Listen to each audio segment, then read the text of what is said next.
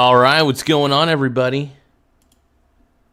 We're doing it live. F it, we're doing it live. All right. We're here. We're ready. F it, let's go live.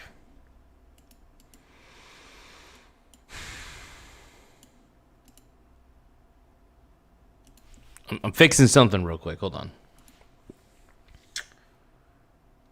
Well, the good news is we're live, everybody.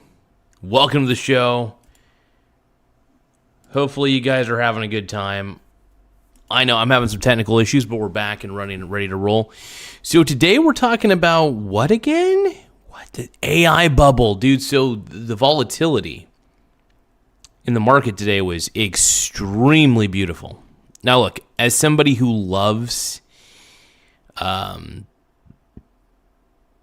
just loves diversification, I feed off of it. I need it. And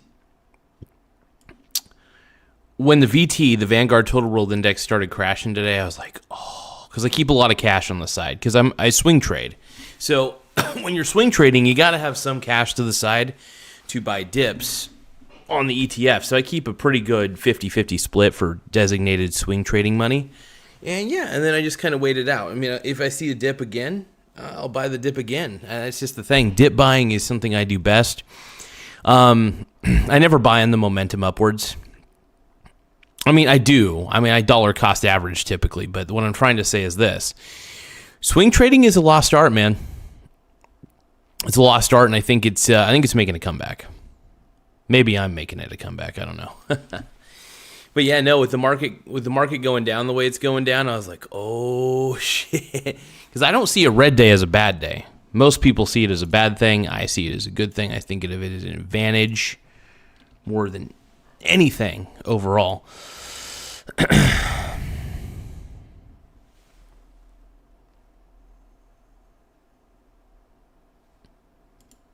Here we go. Toggled the pin. We're back. We're ready to roll.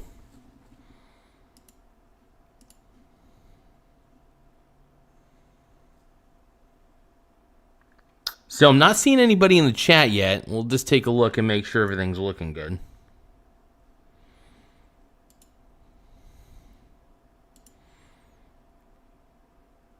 We'll get the monetization on real quick and we'll get it on, everybody. We'll keep it to manual mode. There we go. All right. Who is with me? Who is ready? Tell me, are you with me? Are you ready? All right. Tell me, are you winning? Are you winning? I got to check my chili. So I'm making some chili. Very excited about that. We're ready to roll, though. So the AI-driven bubble is a fascinating one for sure. Do I think that AI is the future? Yeah, I think it's definitely the future. I don't think it's going anywhere, but I do believe that the AI trade, I think a lot of investors overly pumped the tech stocks. Now, I think it's good to be involved in the tech sector. I think it's stupid not to be invested, but there's possibly going to be a major downturn, so keep that in mind. What up, Caveman Love Smoke? What are you doing, brony brother? My brony baloney brother. What up, dude? I'm not doing much. Just talking about the AI-driven bubble. Feeling very sexy and very hot. Very hot and sexy.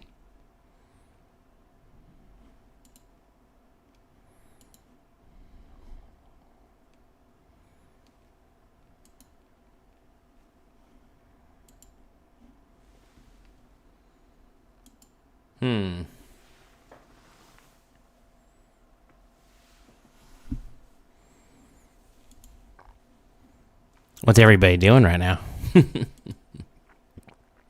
Give me a moment, though. Give me a moment.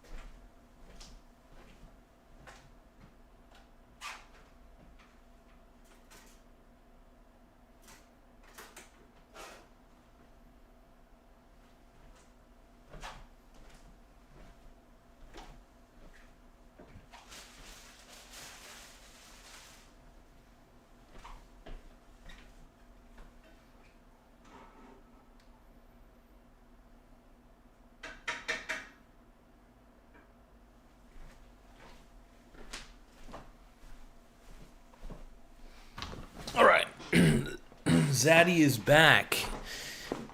Min Sierra is asking, Garza, are you a psyop? I'm a cyclops. No, I'm just kidding. Am I a psyop, though? Who knows? Who knows what I am these days? Oh, yeah, yeah, yeah. Let me tell you something now. Let me tell you something more. I'm going right out that door.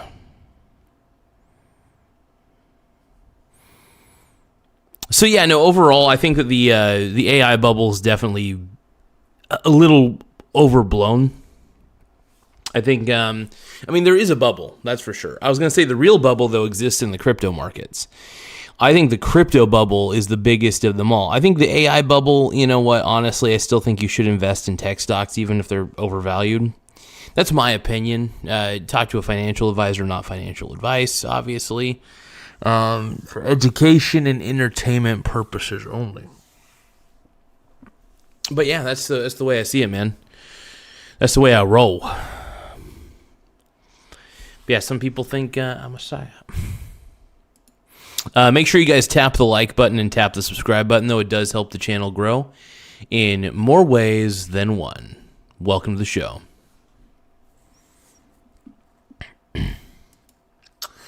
What about share tiers? I don't think I've ever heard Tears by Cher, surprisingly. There's some, I haven't heard a lot of songs by Cher. I've heard some, you know, like, do you believe in life after love? I can feel something inside me say, I really don't think you're strong enough, no. What am I supposed to do? Sit around and wait for you? Well, I can't do that. There's no turning back. You need time to believe it. But after all is said and done, you're gonna be the lonely one, no.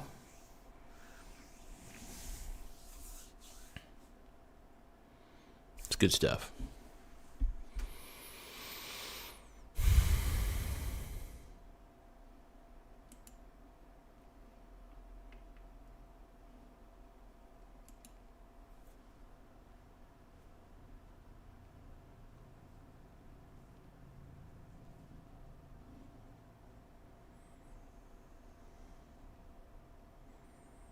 Save up all your tears, you might need it someday. Interesting. No, I don't think I've heard that song. No.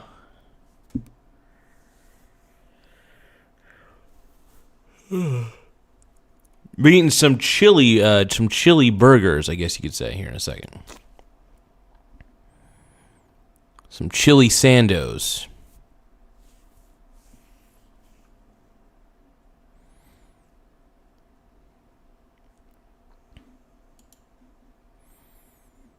What am I supposed to do? Sit around and wait for you? Well, I can't do that. There's no turning back.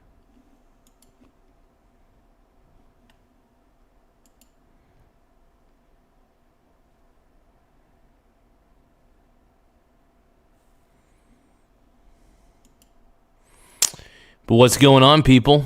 What is going on, my brony baloney brothers? Hell yeah.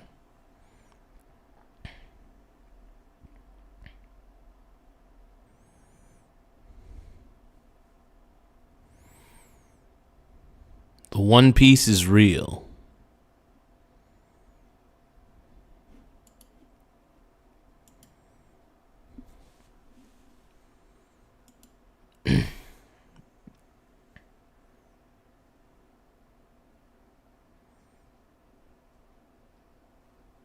I'll probably have to listen to the song a little bit before doing it. But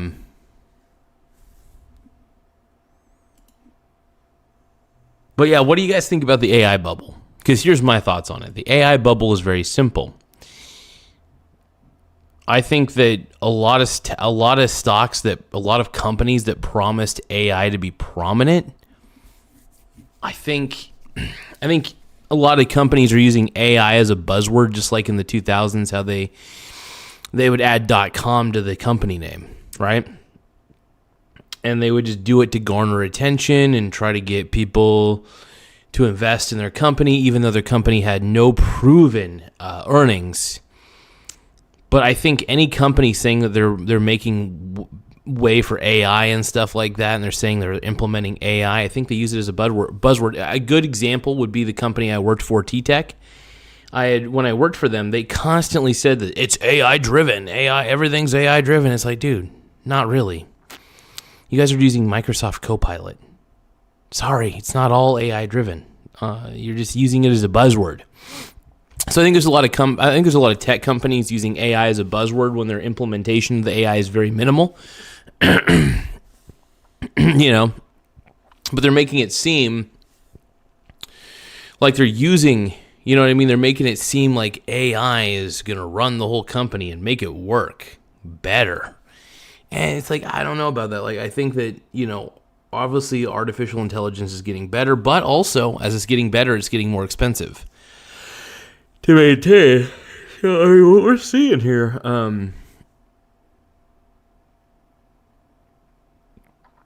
what we're seeing is something interesting, man. But the AI space is lighting up, man. They're trying to make it more affordable. They're trying to develop hardware to make it to where the AI can exist in massive data centers, so that way the service can be provided. But we'll see, though. You know, I think my thoughts on AI overall is that it's going to improve. Do I believe there's a sentience behind AI? No. Is it possible there could be one day? Yeah, it's possible, especially if consciousness can somehow be an emergent property in this type of technology, which I doubt.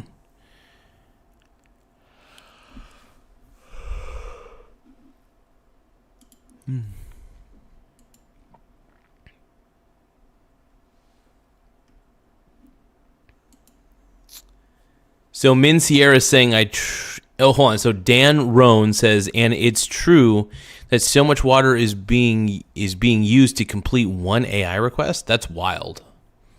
Really? Min Sierra says, I tried to challenge AI to loosen a rusty bolt and explain the process. I then understood that IA is stupid as F. That's a good one, man. That's funny.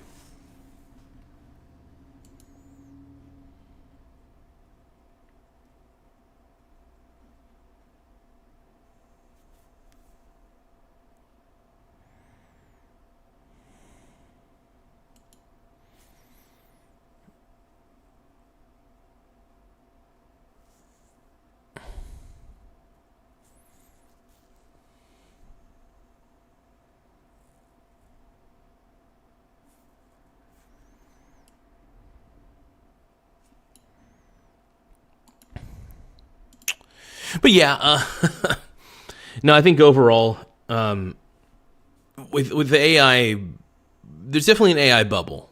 I'll at least admit to that. How vast is this bubble? Remains to be seen. It does remain to be seen a little bit how vast the bubble is, how overvalued are a lot of these tech companies. I mean, you can kind of determine how overvalued they are based on like PE ratio and stuff. Now, granted, I think it's good to own NVIDIA stock. I think their earnings are going to continue to grow. I think they're going to be necessary in the AI future. They're going to be probably one of the major hardware providers in the AI space. I'm sorry, I don't mean to yawn like this. I'm just more tired than I anticipated, so apologies.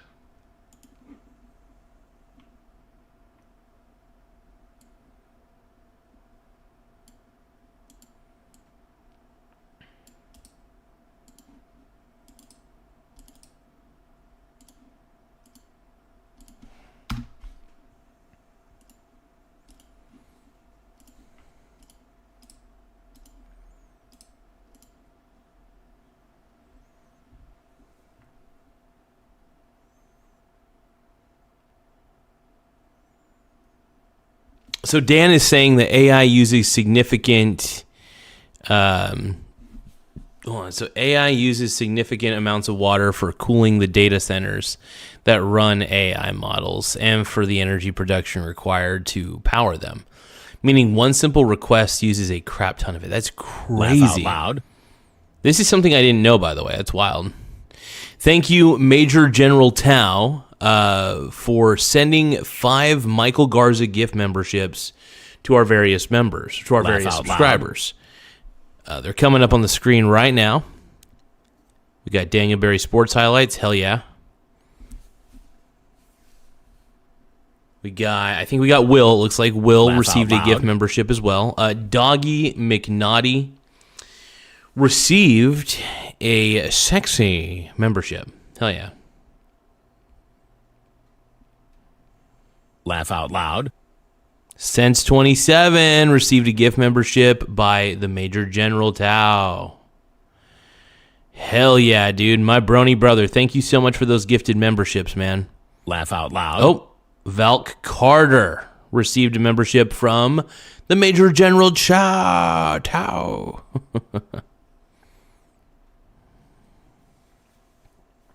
Laugh out Thank loud. you very much, Major General. I appreciate you, my brony brother. Today.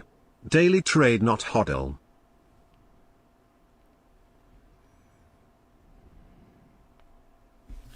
Give me one moment. I'm going to put your. I'm going to read this here in just a second. I realized there was something off about one of my settings, and I wanted to kind of take a look at it real quick.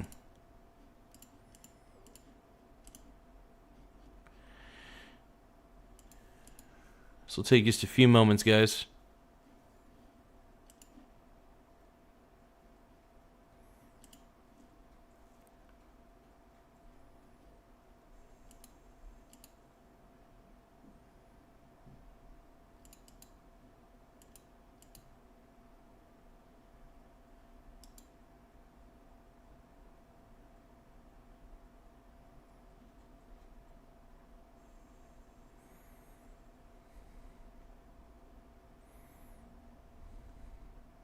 Okay, so let's see. Major General Tao says, I crushed it with SBIT today. Daily trade, not hodl. Yeah. So the thing about SBIT is it is an inverse ETF, which means that Laugh out then loud. when it goes back down pretty rapidly. So you don't necessarily want to. Thank you, Min Sierra 1991 for the sub. I appreciate it.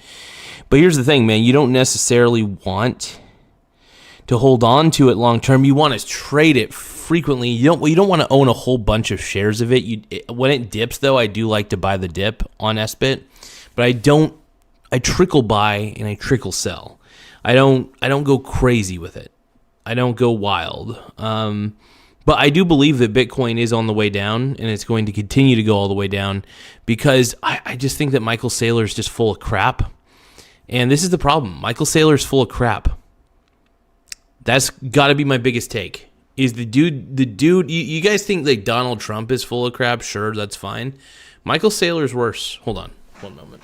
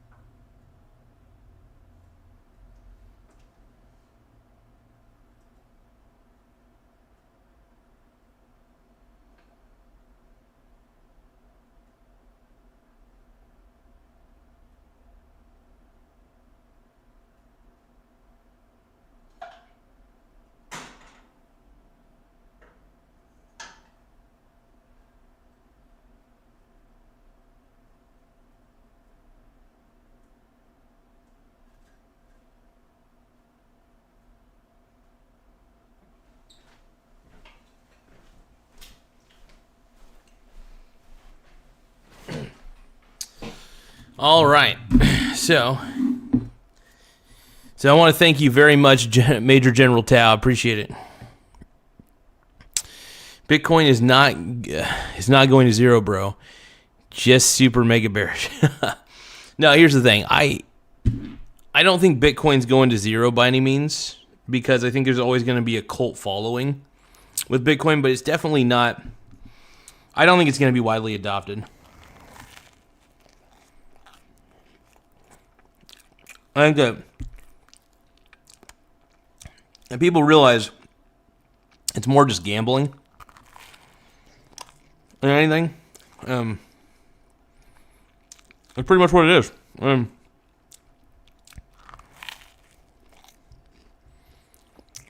Yeah, if you guys don't believe me, that's fine.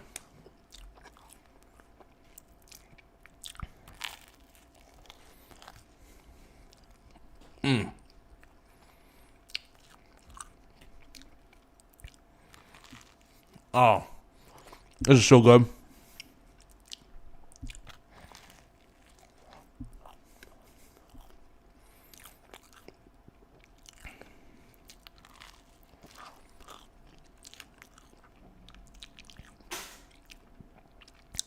But yeah, to all those Bitcoin bros, I think that Bitcoin's going up forever because it's scarce. One, the scarcity is artificially generated, programmed by a man, by the way, or a woman, one or the other. Two,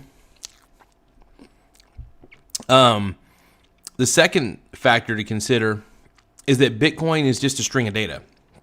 It's not backed by anything of any real value except for decentralized software. That's about the overall extent of it.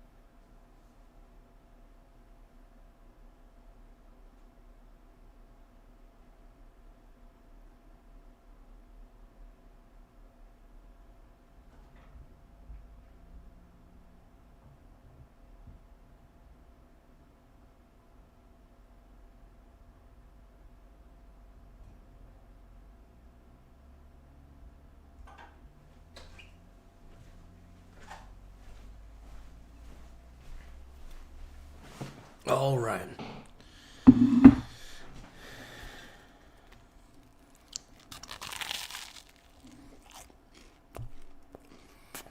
Oh, yeah.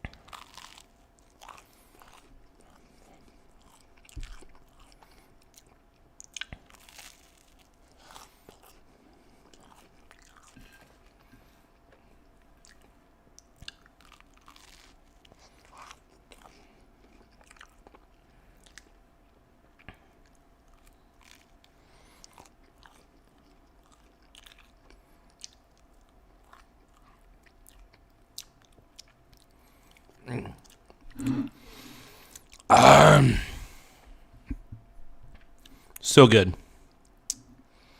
Now, don't worry, you guys. Tonight, I think we're unleashing frosting brows tonight. Oh, yeah.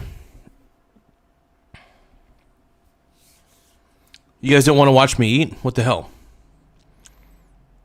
Why are you here? I thought I was the main attraction.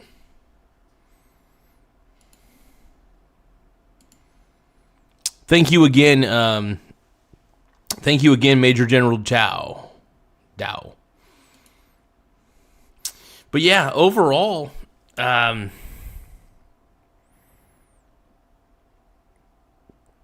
Min Sierra says Bitcoin is backed by your hatred of Bitcoin. It could be. Maybe my hatred for fake BS currencies has so much intrinsic value that somehow it's backing Bitcoin. I don't know, man. But no, when I see guys like Michael Saylor getting all arrogant and saying that strategy is a Bitcoin, what do you call it, holding company, I'm just thinking to myself, dude, this dude's a grifter.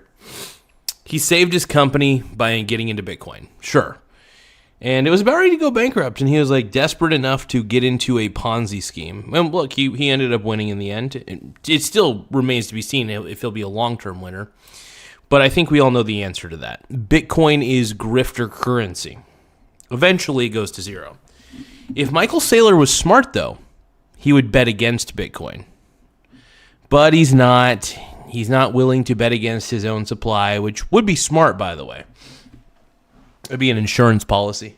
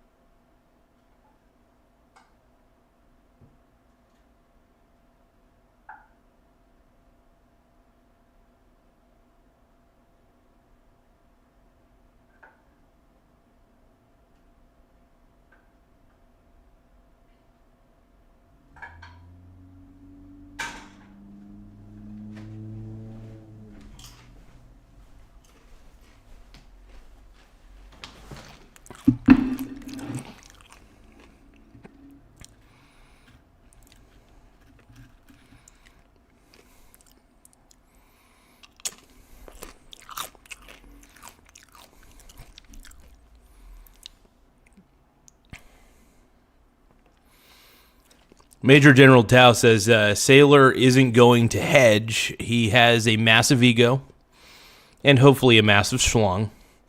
Has little to nothing he produces for the economy nor for Bitcoin.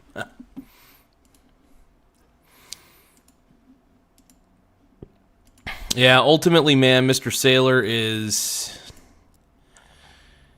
something else, dude.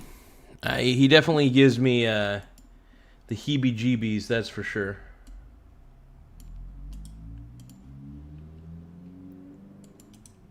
Pretty sure I give people the heebie-jeebies, but that's okay.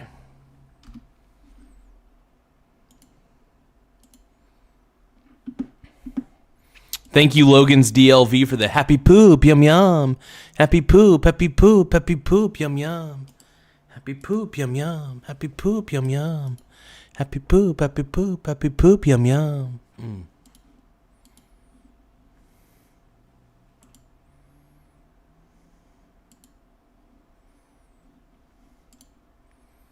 standing on the edge of forever.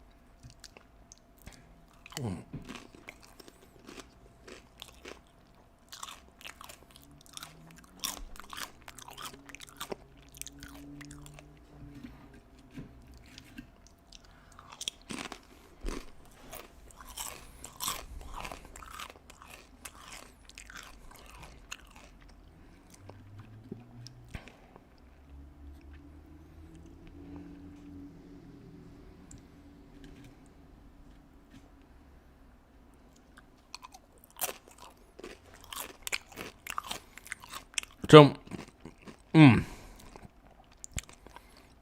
so Major General Dow says, let's see, in 2016 he used to have Bitcoin, a Bitcoin club, where he used like Bitcoin as a currency, restaurants debit. Yeah. Yeah, I think what Bitcoin has become is definitely grifter currency, dude.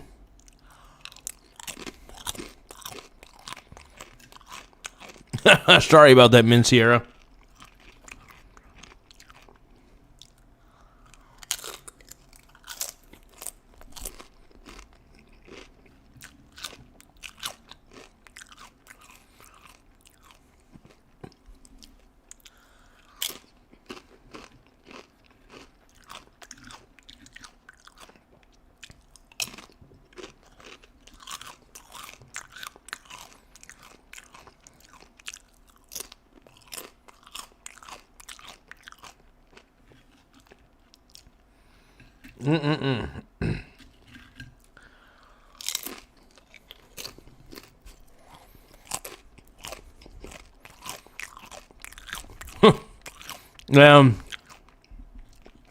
I wouldn't say this is low carb. It's no bean chili. Pretty good though.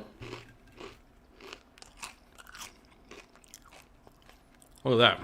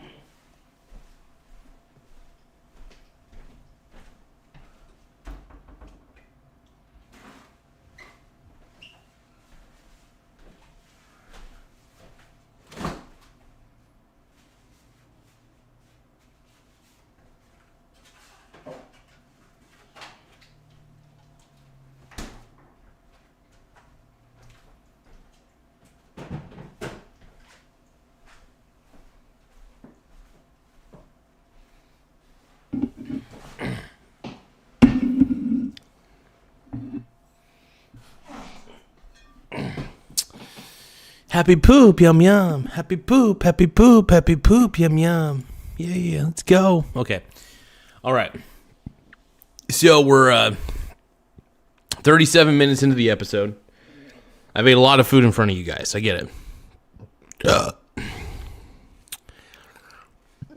I'm hungry, man.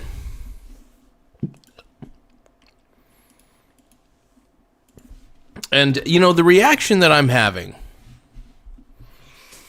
to everything that's going on, like the AI NVIDIA stock market bubble. How long does the bubble last? Will the bubble collapse? Will it pop? What will happen? So I do believe that we're kind of seeing a similar .com bubble situation happen, that any tech stocks out there, or whether they're well established like Microsoft and stuff like that, or non-established like Michael Saylor's strategy company, which the only reason it's established now is because of Bitcoin. And by the way, if Bitcoin crashes harder and harder and harder, it'll probably force Mr. Michael Saylor to liquidate or something.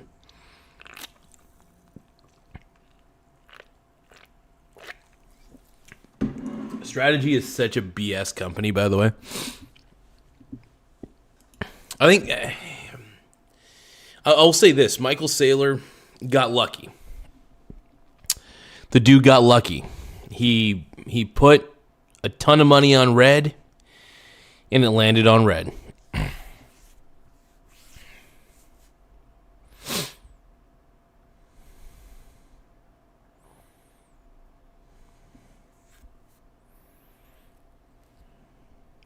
That's the story of Michael Saylor, baby.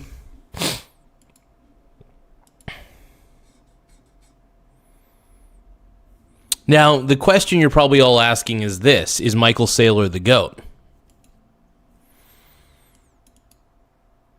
Sure. Absolutely not. I will say that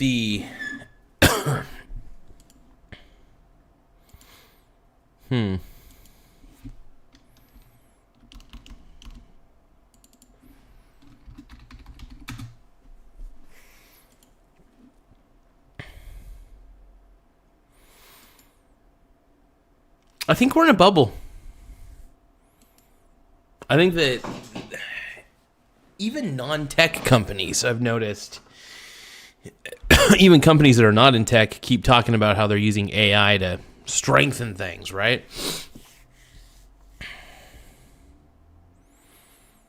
I mean, what are we witnessing here? I think that's my biggest question, is what the hell are we witnessing? Is this a real bubble? Am I being a little too pessimistic? Now, I love AI. I use AI every single day. I love ChatGPT. I think it's fantastic. And I don't understand why people are so not hesitant, but resistant to AI. I guess it's what I don't understand. So the GOAT is the greatest of all time. You're wondering what the GOAT is. Is Michael Saylor the GOAT? No, he's arrogant as hell. He's the greatest of all time when it comes to grifters. In my mind, I do think that he's the most impressive as far as grifters are concerned. He's so good. I mean, first off, anybody with a red flag detector can tell that Michael Saylor's full of hot air. Right? The dude's just full of hot air and arrogance. Is he intelligent in other factors? Yes, he's intelligent. But he's also a grifter. And in my mind, he's got... I don't know, I just don't trust him. Something in my gut tells me don't trust that dude. Mainly because he's promoting a Ponzi scheme. That sucks. And then two... he just doesn't seem very honest. Like the interview with him and Grant Cardone, he was being kind of a dick to Grant. Like Grant was sincerely trying to understand things. He was trying to keep up. But Michael Saylor was sitting there in his arrogance thinking, like, if you can't keep up, why should I even talk to you? Why should I talk to you, lowly being? Like, he has this weird, like, God complex. And I know, I will say this. If Michael Saylor ever wanted me to interview him, I would disrespect the hell out of it. I have no respect for that man. I make fun of Michael Saylor. In fact, Michael Saylor is one of the people that we make fun of on this show quite a bit, mainly because he's a grifter. That matters. The dude's a grifter. That's all there is to it. I think that Bitcoin ultimately is a net negative to society. I don't think it's good. I'd like to believe that people can see past the BS, but maybe they can't. And maybe that's okay.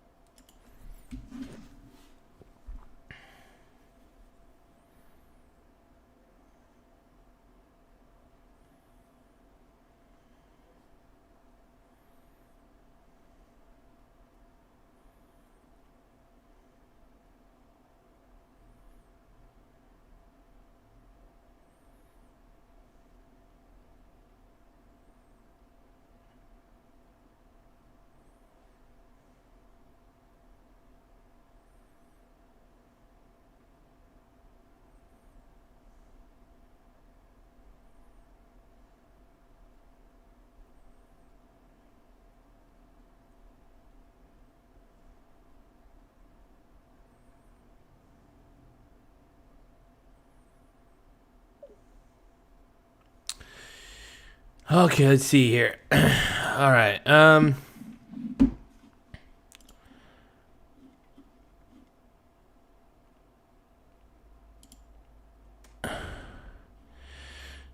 Whoa, dude. LeVar Burton 69. That's hot. Is that the LeVar Burton, the GOAT? Hold on. LeVar Burton 69. What a beast. What a beast. Are you the real deal? Yeah, you don't want to hold cash, man. I think what you want is cash flow. That's my thing. Is it the LeVar Burton, the GOAT, the greatest actor of all time? Played Geordi from Star Trek The Next Generation. OMG. Min Sierra says Peter Schiff versus Michael Saylor would be a blast. Without a doubt. Michael Saylor. Let's see, Peter Schiff versus, Mike. Here's the thing. I think that might have already happened. If Peter Schiff versus Michael Saylor hasn't happened yet, I'm a little bit depressed about that. Because they've had ample opportunity to meet each other and debate each other. Because Peter Schiff ultimately is the most anti-Bitcoin guy out there. And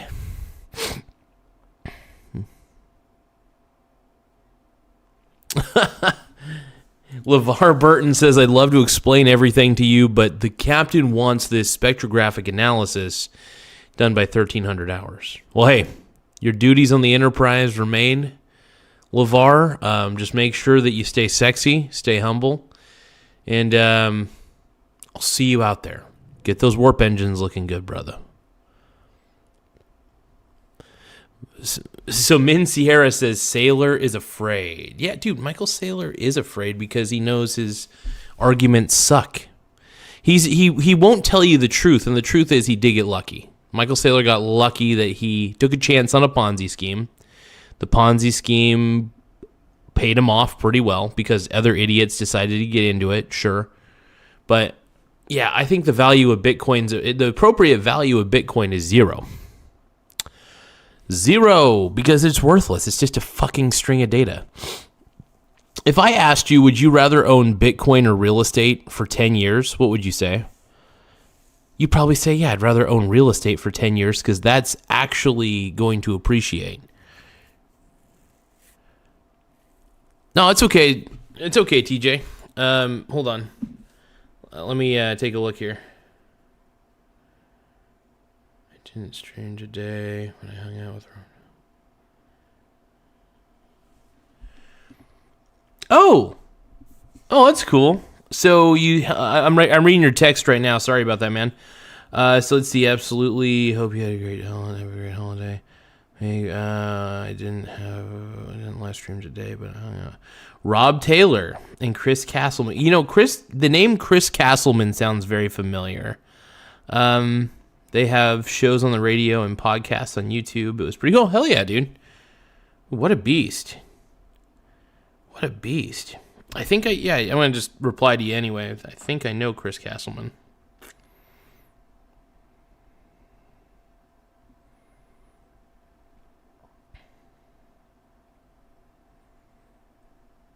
Heck yeah. Dude, what a beast. Yeah, I'm going to look him up. Chris Castleman. That name sounds so familiar. I feel like I went to school with him. Like, I feel like he was one of my classmates back in the day. Maybe not classmates, but like I think he was a couple grades above me. But the more I think about that name, the more it sounds familiar. Hold on. Chris Castleman. Oh, here it is. Chris Castleman for Coos County. Let's take a look.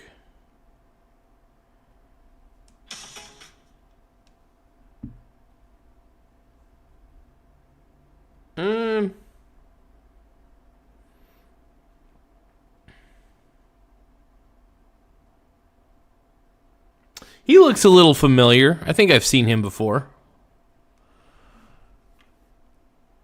Min Sierra says the Garzanator has spoken. Let's see. Yeah, I have. Well, LeVar Burton says, I think the move right now is precious metals, not because I think they have huge upside, but probably the most limited downside. Yeah, here's the thing, man. Rare earth metals, things like that, you know, honestly, getting into companies that mine precious metals is a good thing, in my opinion, because if they're mining gold and they're mining silver, or minerals even. Minerals, metals, you name it. Whatever floats your boat. But any sort of company that does any form of mining, I think is good to be exposed to. And make sure that it's not a stupid company, though. Make sure the company actually doesn't suck, I guess would be the main term. Let's see. Stocks only prices got to get the signatures for the gas tax bill and the toll roads. They want to put a toll on the North Bend Bridge. Really? What? Really?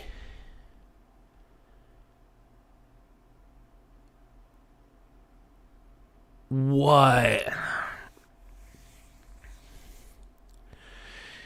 So let me get this straight. If I want to go through the North Bend Bridge, you're saying that I would have to pay a toll? And how would they implement that, by the way? Stocks Family Farm says, I love metal. I want to buy some copper. Hell yeah, dude. They want to put a toll on the North Bend Bridge? Well, this isn't like the fucking Golden Gate Bridge, dude.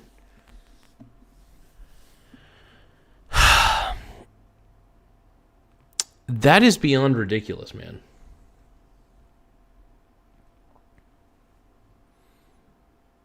I don't think that bridge has ever had a toll on it, you know, to where you'd have to pay a toll. Incredible.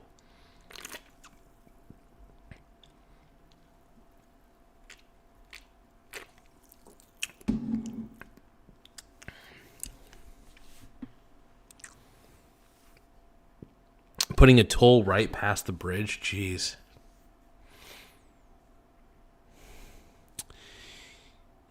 it just seems like it just seems so ridiculous.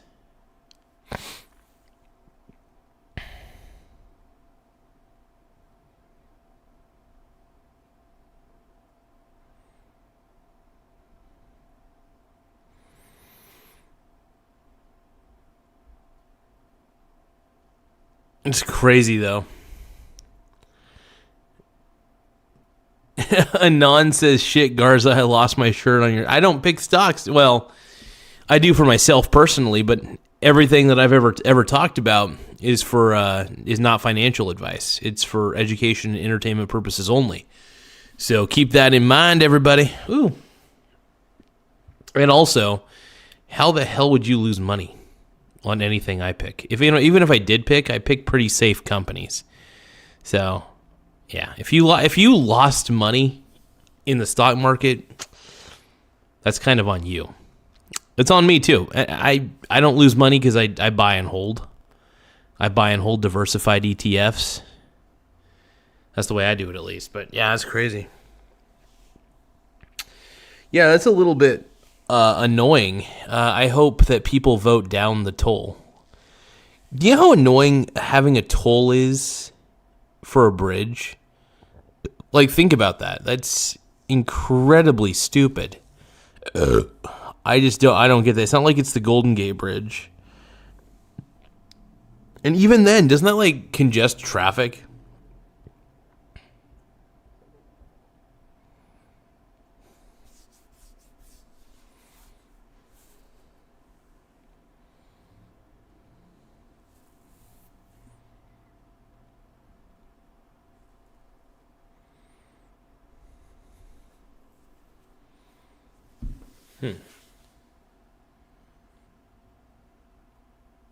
That's crazy, man. That makes me sad, dude. People gonna start having to carry $1 on them every time.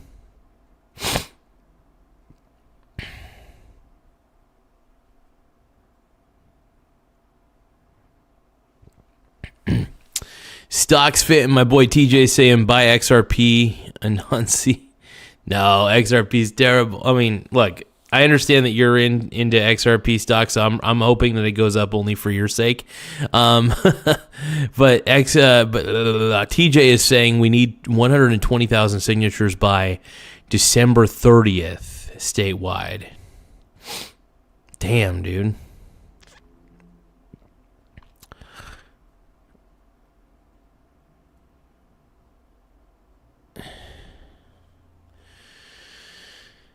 Let's see. Mr. Jagger Girl says, I hate tolls, especially in San Francisco. You ain't got a car, damn, buddy. You got to drive 4 hours around the ocean crest. Yeah, that's the thing, man. Crazy. Absolutely insane.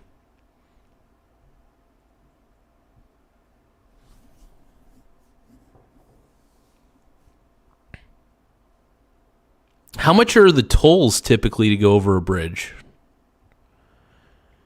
Because my girlfriend would have to drive over that bridge every day to go to work. So that's wild.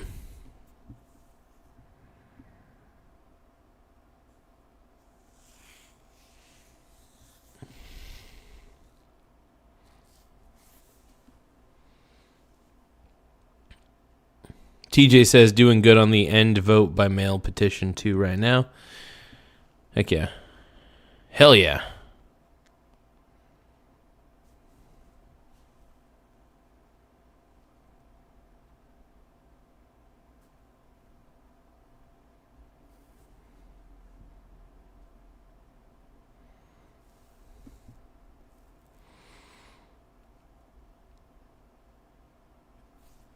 They are saying 60 cents for the first year and then $2.75 by year 5.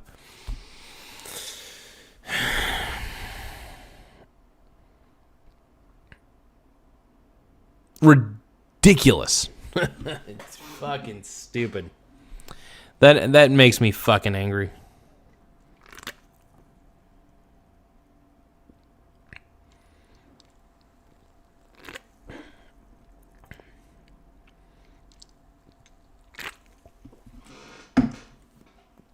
Jeez, $10 to use the Golden Gate Bridge? That's so effing insane, dude. I'm glad I don't live in stupid California. And I swear to criminy, if Coos Bay becomes more like fucking Cali,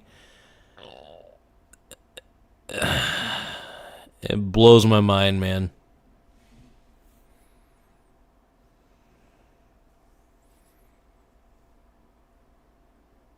Blows my mind.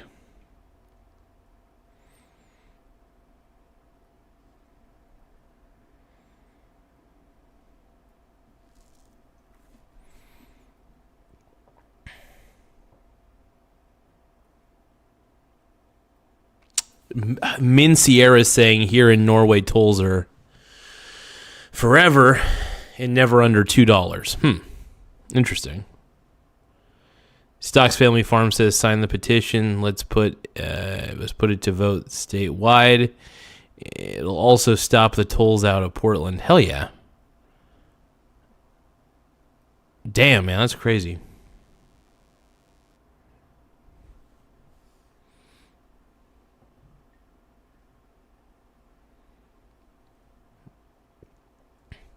I gotta look this up, man. This is the first time I've actually heard about the toll on the North Bend Bridge being a possibility.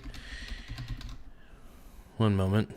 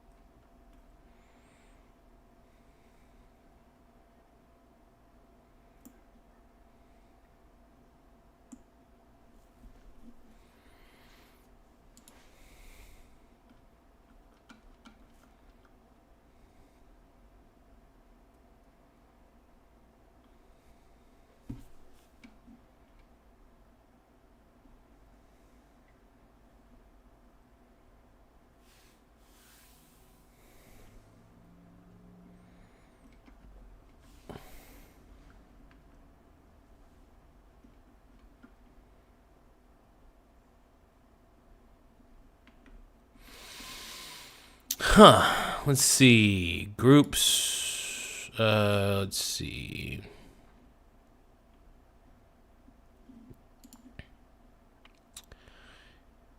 Stocks Family Farm says they're still in preliminary talks with ODOT on where to put them. How about nowhere? They should put them nowhere. It already passed. We just have to get it halted for a vote. Okay. Frick. I'm surprised I haven't heard about this. I kind of keep up with what's going on locally. I just feel like this... They probably knew there'd be people like me who would get pissed off about it, dude. North Bend Bridge. Let's take a look. Let's search that.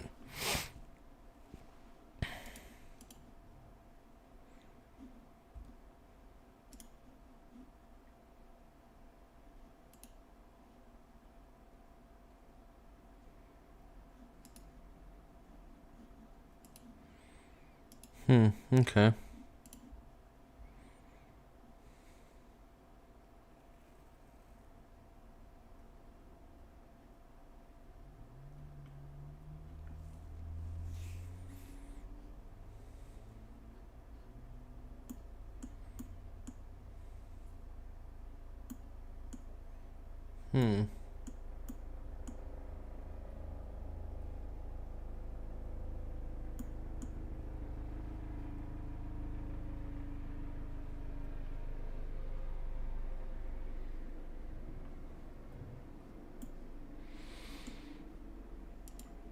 Yeah, I'm surprised nobody's talking about this. Let me take a look.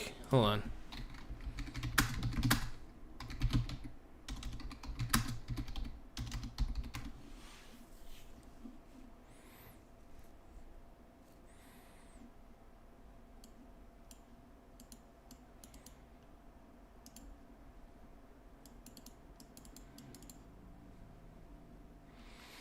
Okay, so it's showing that we don't have a toll yet.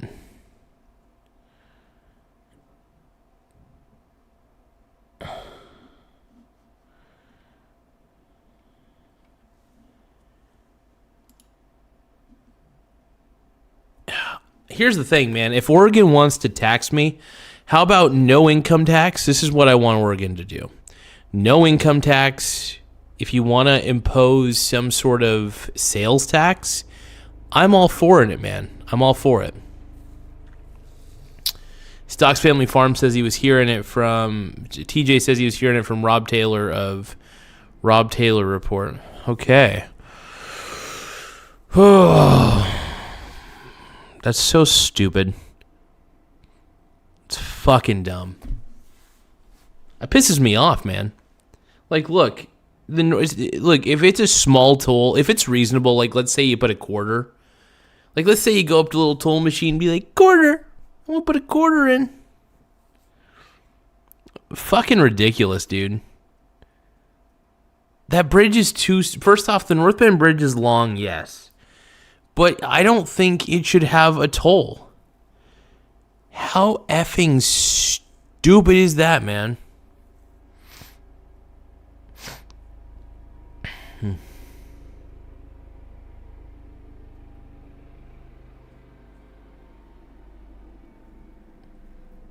Also, isn't this just going to cause congestion of some kind? If people have to pay a toll every time they go over the North Bend Bridge, it's just going to cause... It just sounds like it would cause unnecessary congestion and problems. I don't really know how tolls work on a bridge, but... That's crazy, man.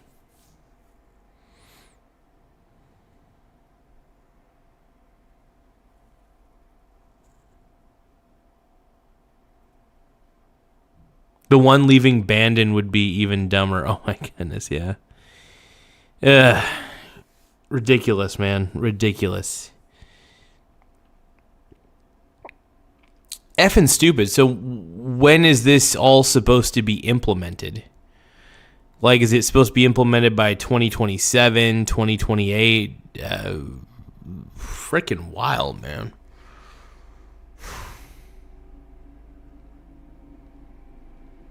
Min Sierra says I use more in toll than in diesel. Yeah. Like, I think it's just...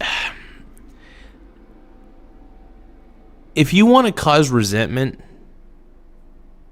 on a massive scale, first off, a lot of people in Coos County, for instance, don't like the democratically run government. Here's the problem. We're on the left coast, so we still have a lot of Democrats voting for some I'm not going to say the whole word, but some stupid crap, right?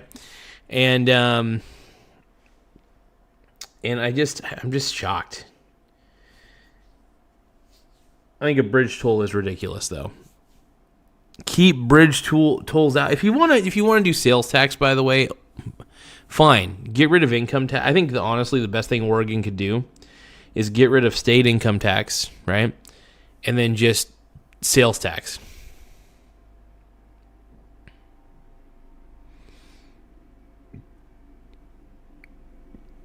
Okay, so Stocks Family Farm is saying it'll take a few years to set it up. 27 or 28. Okay, that's good. At least it's not coming anytime soon. That is an effing relief. Sounds ridiculous, though. Ugh. Unbelievable, man.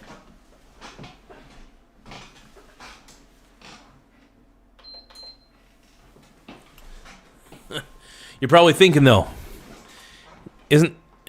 why would I be so pissed off about a bridge toll? Well, I think that's ridiculous. I think bridge tolls are stupid. I really think they're dumb. I think it's a stupid thing invented by government bureaucrats to make people's lives more annoying. It's just used to make life more annoying. That's what it boils down to, man. It's used to make your life more inconvenient and annoying.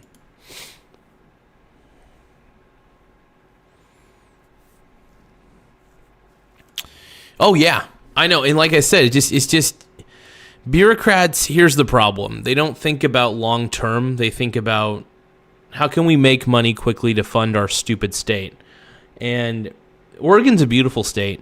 It really is. I love Oregon. I hate these liberal-ass bureaucrats. I can't stand them.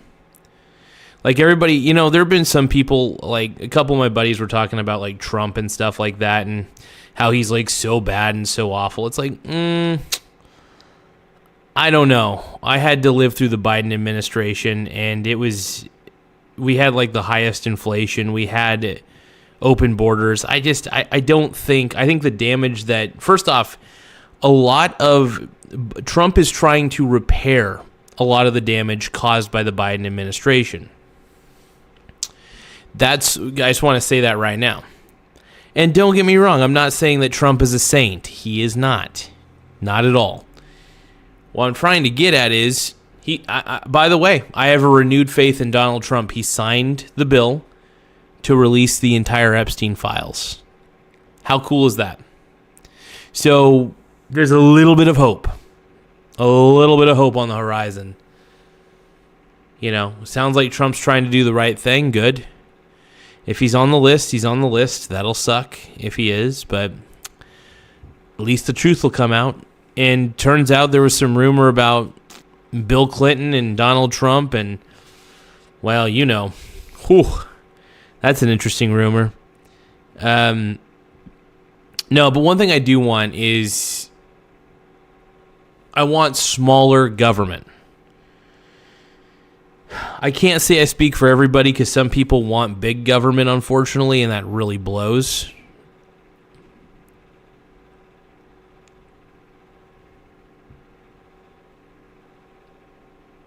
Dude, Stocks Family Farm. The radio guys asked me if I want to be a ground reporter for the Coos County politics. They like, yeah, you got a great interview style, man. You're very approachable, and you're pretty damn fair. I've seen how you conduct and handle yourself with others, especially those who disagree with you. You do a pretty damn good job. I mean, I've seen you lose your cool a little bit, but that's, you know, it's bound to happen when lots of people are giving you shit. You know, especially a lot of the libs. So hell yeah, dude. Dude, that would be awesome if they made you like a ground reporter for Coos County politics, dude. That'd be fucking sick. I'm down. I'm down to see that. I keep tabs on that, dude. Hell yeah. What a beast, dude. Yeah, dude, take him up on that offer. Holy crap. What a stud.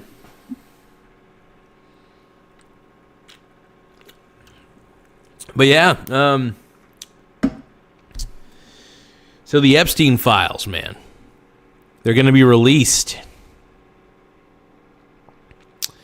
Stocks Family Farm says you can only be called a Nazi so many times before you freak out. Yeah, that's, you know, one of the reasons that I keep voting for Trump, or I kept voting for Trump, was because people would say that if you voted for Trump, that you're a Nazi or you're a fascist. And I heard that, and I was like, I'm going to vote for Trump because I hate you guys. You know what I mean? Like, getting called a fascist and a Nazi for wearing a Make America Great Again hat made me realize even more that, yeah, I'll vote for... I mean, I can't obviously vote for Trump in 2028. I'll vote for Vance, though. I'll vote for Vance 2028 in a heartbeat. Right there. But yeah, no, I think, yeah, Trump signing that bill. I mean, I was pretty much on the Trump bandwagon to begin with, but the fact of the matter is he signed it into law, or signed it to declassify those files. So we're going to be seeing those Epstein files. I don't know when actually, but I'll have to look into it a little further. But he signed it. Now I will say this: if Trump did not sign that bill, if Trump vetoed the bill and did not sign it, I would have had to drop support, as much as I love Trump. Because if he would have vetoed it, that would have been the most suspect thing you could do.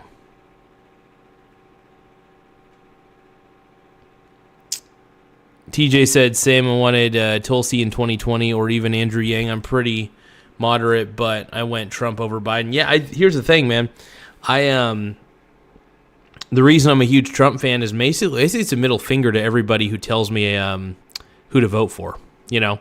And in the mainstream media told me that Trump is the devil, Trump is a bad person, blah, blah, blah. And I'm like, first off, I always distrusted the mainstream media. So if the mainstream media tells me to do one thing, I'm probably going to do the other, most likely. It's not always the case, but, you know, like if the mainstream media is telling me to vote for Hillary, I'm voting for Trump. Now, if they would have told me to vote for Trump, I'd be like, why are you guys changing your tone? No, I think there's a lot of people who are fed up with status quo politics. We're fed up with same old, same old. We're tired of big federal government. I want smaller federal government, if we're going to be honest. And I feel like Trump is the closest thing that we got so far to a person who's willing to try to shrink and dismantle a lot of federal agencies. That's one of the reasons I wanted him. I wanted him to be our president. I still do.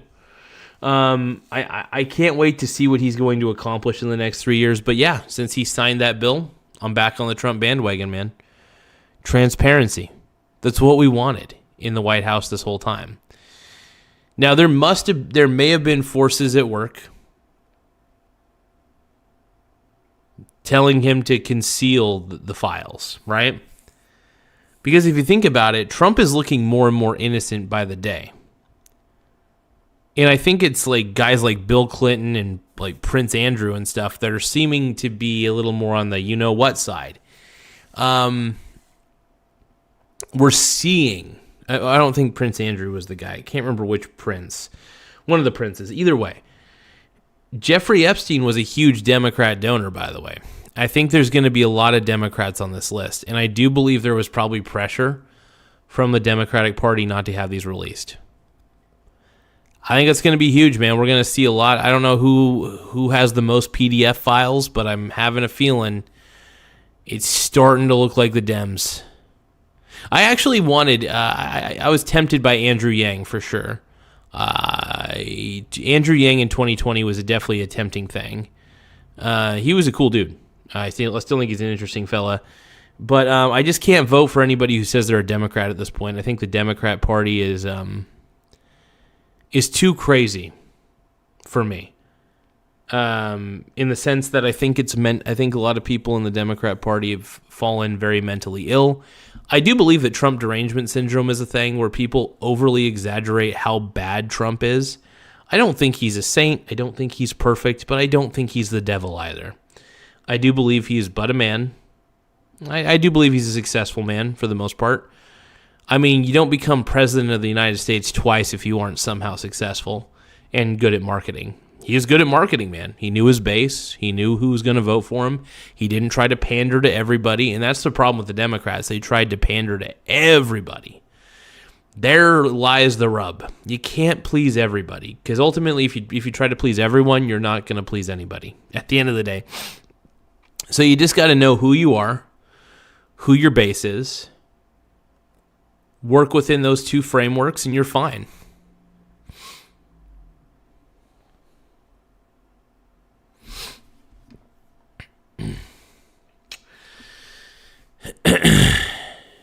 Min Sierra says he is in the files, my man. I don't know. He probably is. His involvement in the files, who knows? We'll see. That's why the files are declassified. We'll see what's going on. Greg C says, where's the mustard on your face? Anyways, AMD was overvalued. At $2.60 a share. The market is correcting itself now. I'm not getting the ketchup yet. We're not onto the mustard stream. We're not on the frosting stream yet. We'll get there, though. We'll get there.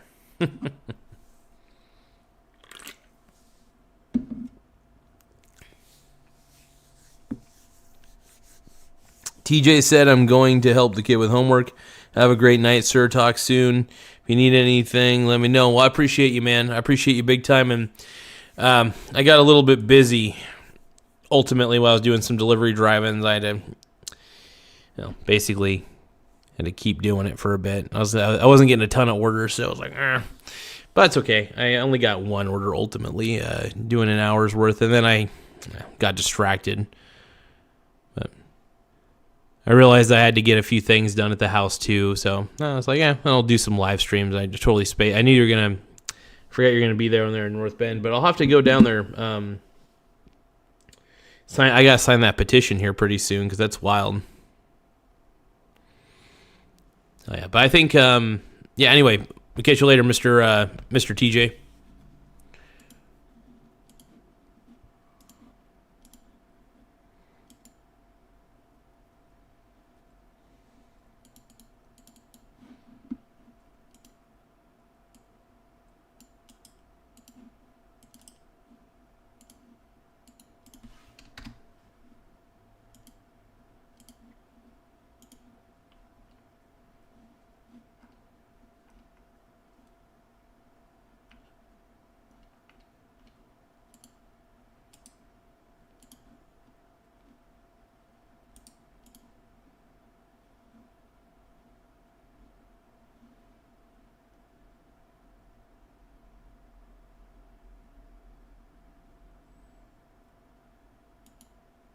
Oh, that's wild, man.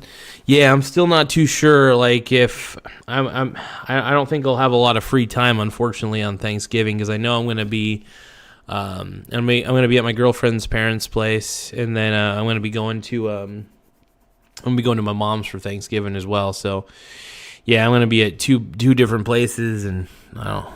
It's going to be a little. Sometimes Thanksgiving gets a little hectic. The holidays get a little wild, but I try to keep everything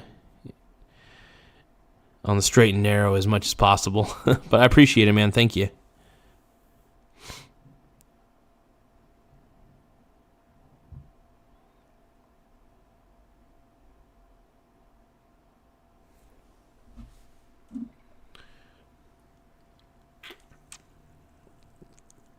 But cheers to TJ, man. What a beast.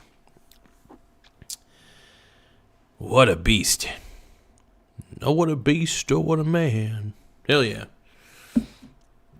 Stud, dude. Stud.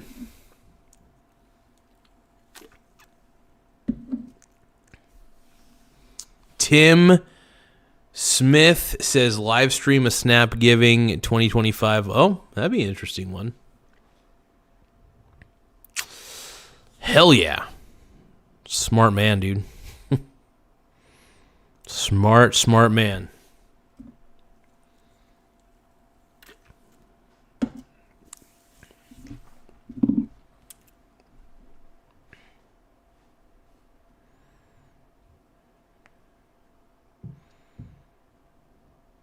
Oh, shit.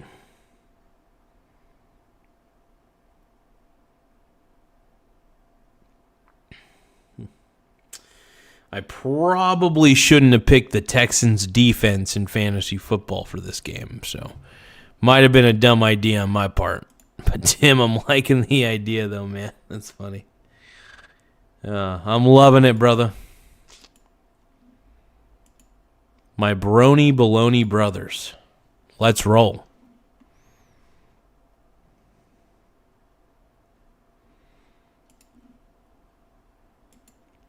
Tim Smith says, tired pumpkins pie, wired EBT pie. Interesting. Oh, what a beast. Oh, what a man. Hell yeah. What a stud, dude. I love Tim Smith. Tim Smith's the man, everybody. We love our boy. But, yeah, so I think the AI bubble's real, you guys. It's real. That AI bubble. I love my bubbles.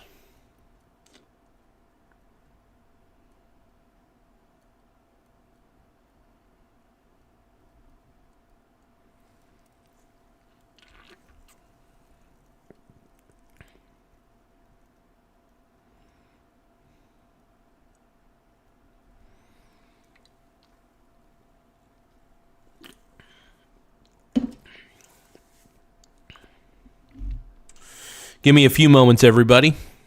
Trying to figure out my next move. My moves. My moobs.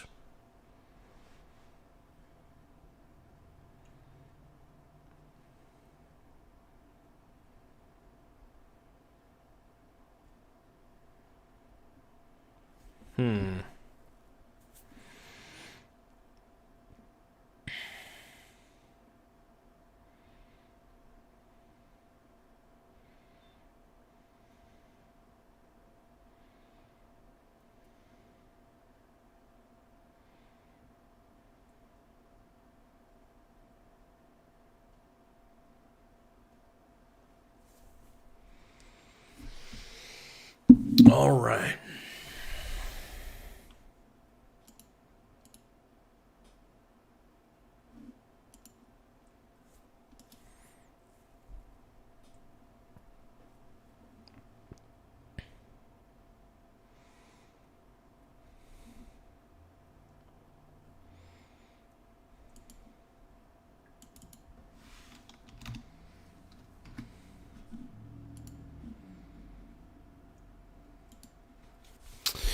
So, I think there's going to be a rebound, obviously, in most sectors. When the market crashes, when big tech crashes, it seems like it does take down other indexes. Other sectors, I should say. And the VT went down. I was like, oh. I mean, look, I love... Whoa. Give me a moment.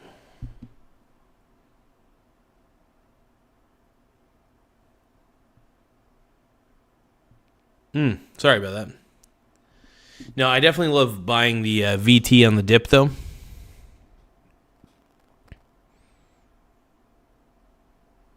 It's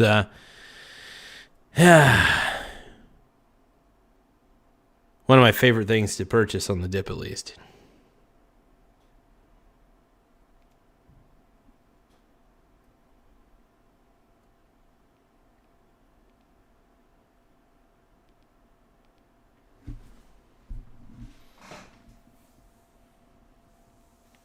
But you gotta do what you gotta do, man. Hell yeah.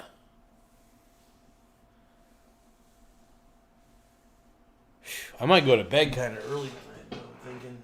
What do you guys think? You guys think I should go to bed early? I'm just kind of exhausted mentally, you know? In a good way, though. In a good way. It's not always easy being on. But no, I want to stay up tonight. I want to get some shows underway.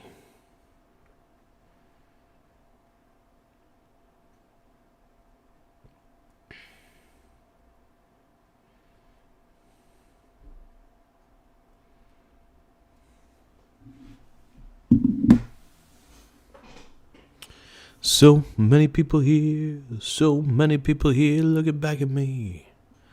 Feel the energy.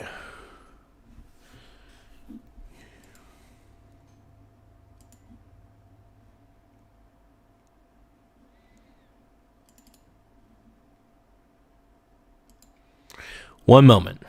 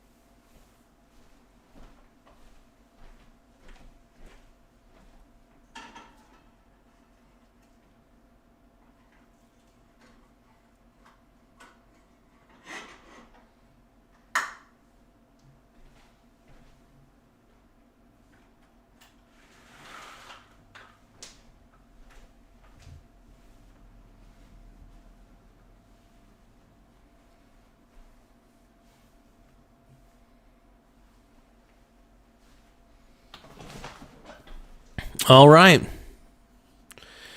We got no one watching. Thank goodness. Oh, we got one person watching. Hell yeah.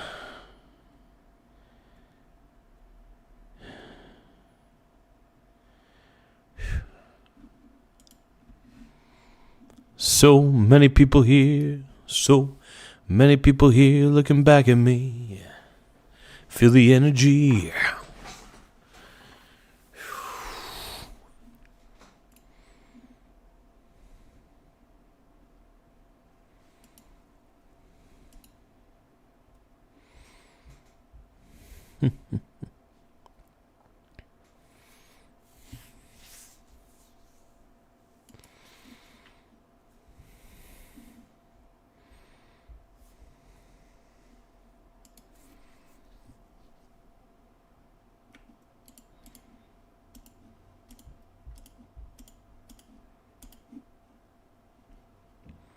But yeah, we got a pretty low viewership right now. I'm not too sure why, but, things happen. Don't always get the viewers, but I could keep talking about whatever. Whatever. So, it's a little chilly in here. I might have to put my coat back on.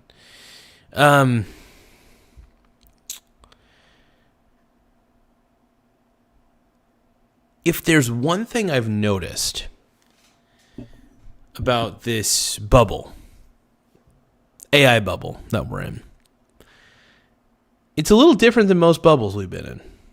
At least the way I see it. I could be wrong. Could be right. And we'll see. We shall see.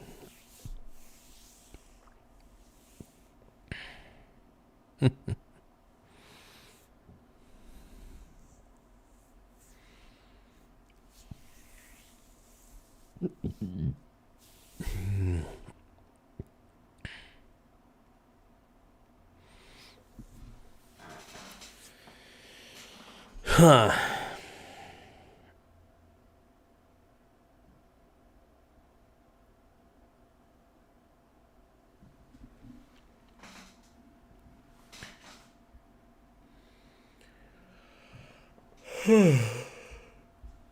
Oh, you're just gonna watch me yawn the whole time, man.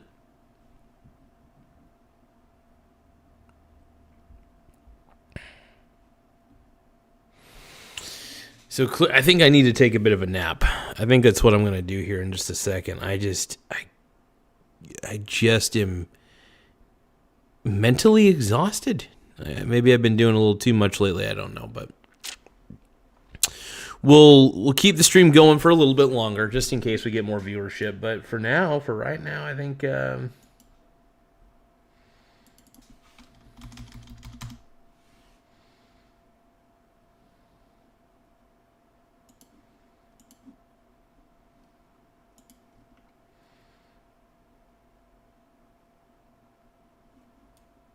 Watch the football.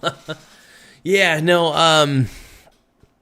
yeah, so I'm trying to keep the central theme about the AI bubble, and 10-10. Heck yeah, who scored a touchdown? Oh, better not have been Woody Marks, because Woody Marks is on my opposing on the opposing team. Okay, good. Woody Marks didn't get a tutty. Thank goodness Woody Marks did not get a tutty. Damn.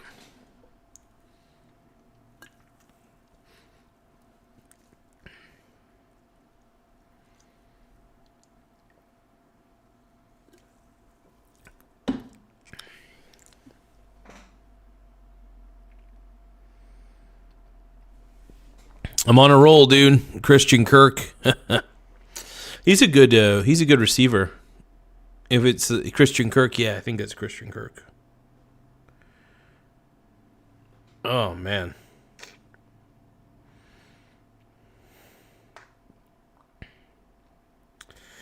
I can't believe that Joey Burrow, might be coming off IR. So when I say the AI bubble, I'm talking about like how investors have been pumping up a lot of the tech stocks. to higher valuations. A lot of Wall Street money is pouring into tech stocks. Let me get an example list here. Let me get an example list of tech stocks.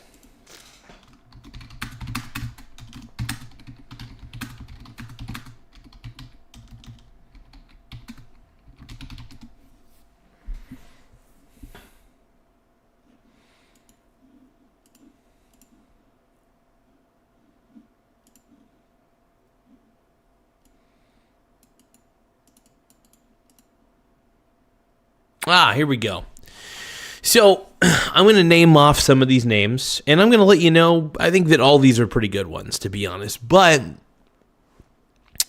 these companies are part of the AI bubble just as much as even the companies that don't deserve to, be in the ranking with these companies. So what I'm saying is these are the big tech companies that are being overly valued. I think it's good to get exposure to all these companies, by the way. Whether they're overvalued or not, there is a limit to how high the valuation can go, though. So you got to be a little careful. But at the end of the day, big tech, I don't think it's going anywhere. And let's see. So we got Apple, AAPL. Chris Guthrie just said Allen pick 6. No way. Really?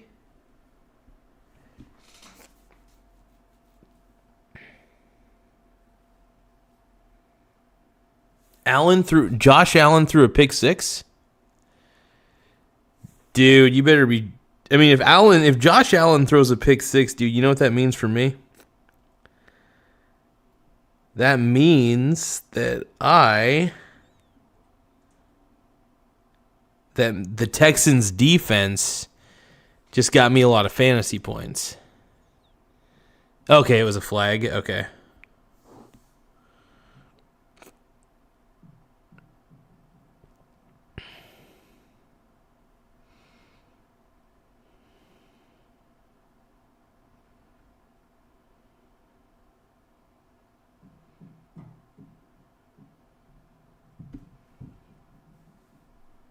But it was still an interception, though, it looks like. From what I could tell.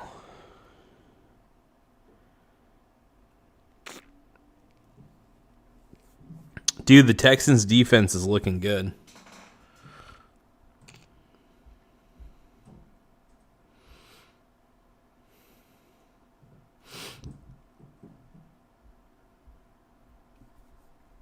Yeah, Texans' defense is unreal, bro. Unreal.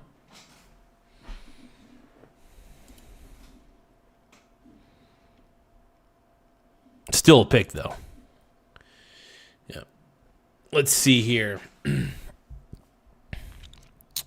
So, this is a simple list of well-known tech stocks, U.S. listed. You can definitely look these up. Apple, Microsoft, Alphabet, which is Google. They got Class A, Class C.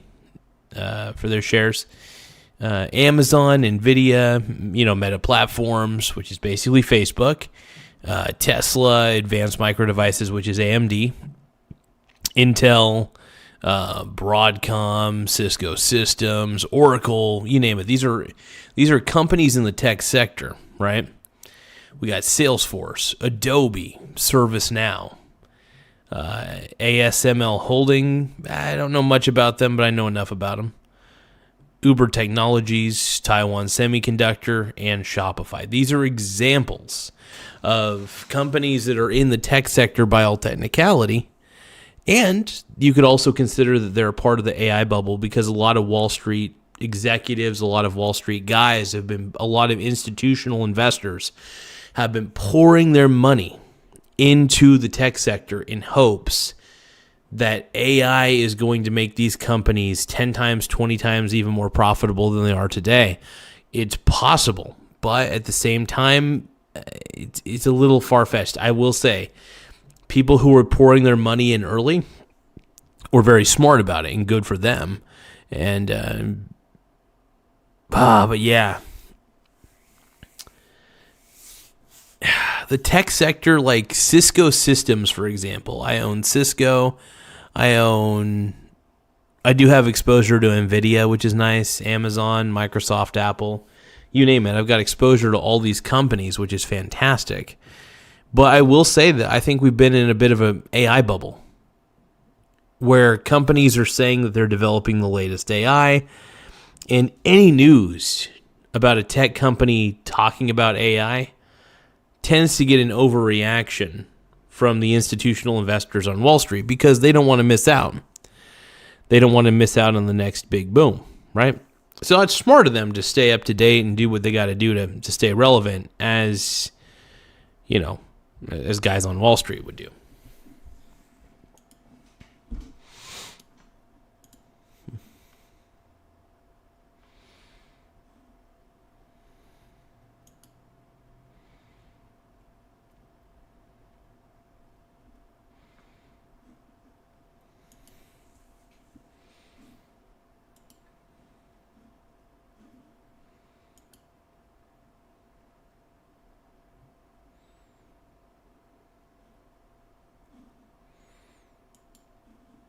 You know what I think I need? I think I need some decaf.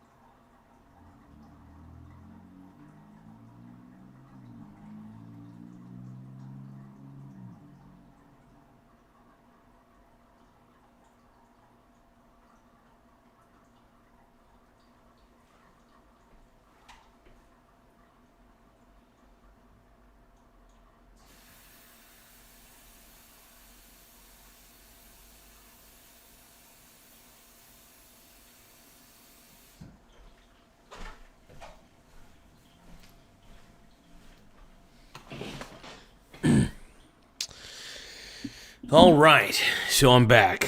Let's see, the Bills are just not playing very well. Like, I just think the Bills are struggling.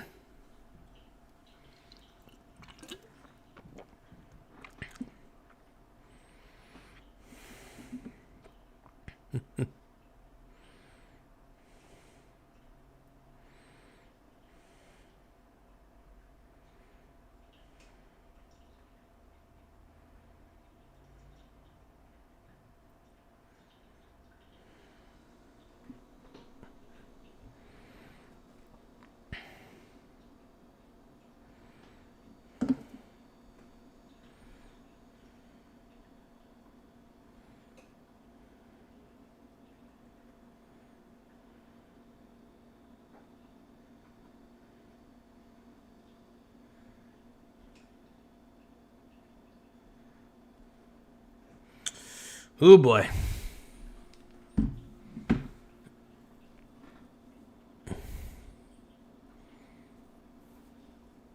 Yeah. It's rough. It's rough. Bills kickoff return TD. That's wild, man. Wild.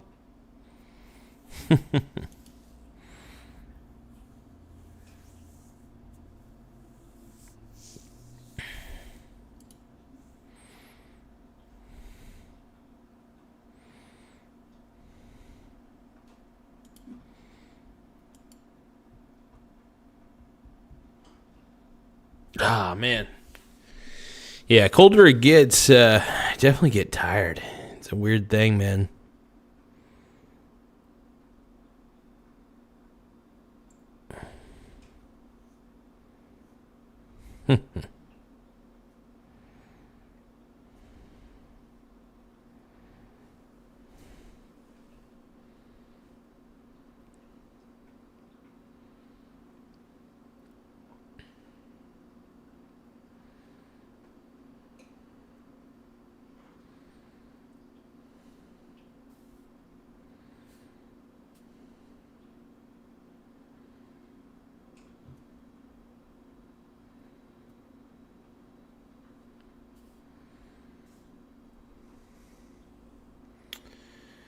Sorry I'm not saying much, you guys. I'm just struggling a little bit.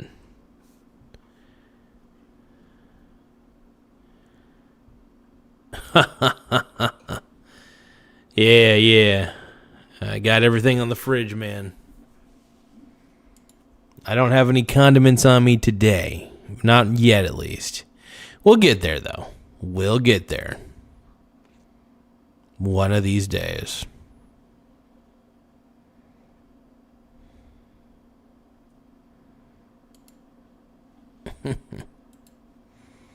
Too freaking good, though.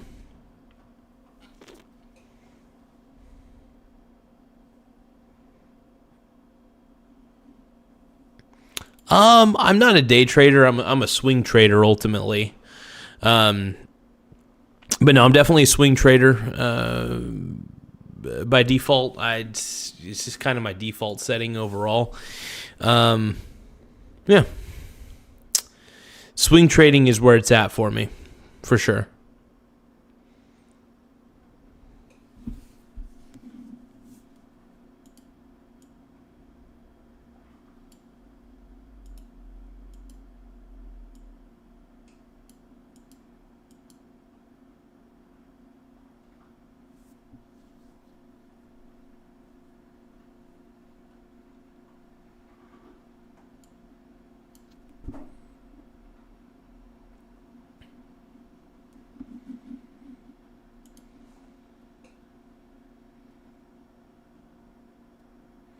Chris Guthrie says he kind of knows some shit if you block out the night streams. Now, when I do the night streams, I'm actually sometimes talking about stuff that makes sense, and now a lot of my investing principles are pretty sane for the most part. I look insane, but I have a very boring investing style. It works though. You know, the sad part is the funny thing is the least sexy the style of investing, typically the more effective in my experience. Yeah, I mean, we could talk about the AI bubble a little bit. So, I mean, with the AI bubble here, what I'm seeing, my lack of expert opinion. Wall Street got a little jumpy. They saw the AI rise, and they're like, ooh, we got to institutional money has been pouring into tech companies. And the rise in valuations is well above their natural book value. And I think that Wall Street has put them up a little too high on a pedestal, if I'm going to be honest. Oh, thank you, Spencer. I appreciate the jewels. The jewels! I appreciate the jewels, my brony brother. Hell yeah. Give me one more moment, man. We'll experiment here.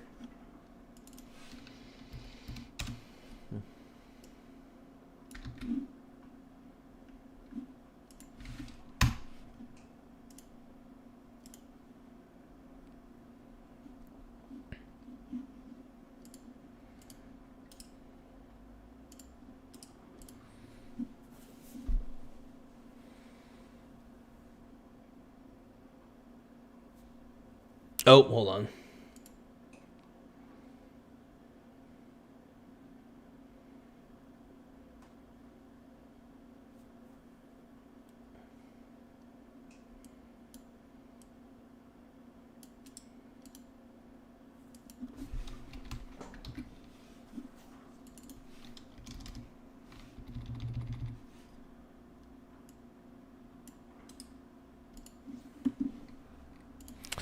Let's try that again.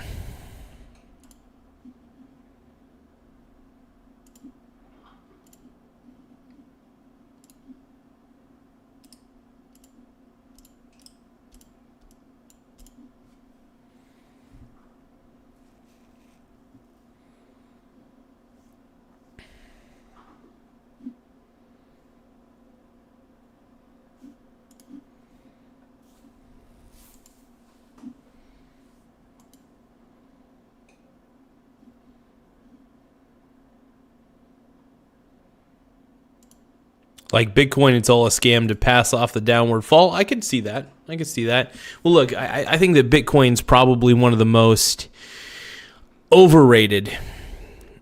They're probably going to blame the crypto markets for this downward swing. And the thing is, it's not, the crypto markets are just a symptom of the problem. The fact that people are so into cryptocurrency, it just shows that we're in clown world. Now, people are starting to slowly realize that that what you're getting into is a legal Ponzi scheme. Bitcoin is a legal Ponzi scheme, people. You got to hear me out on this, man. You just got to hear me out. All right? For F's sakes, my brony brothers. Come on, man.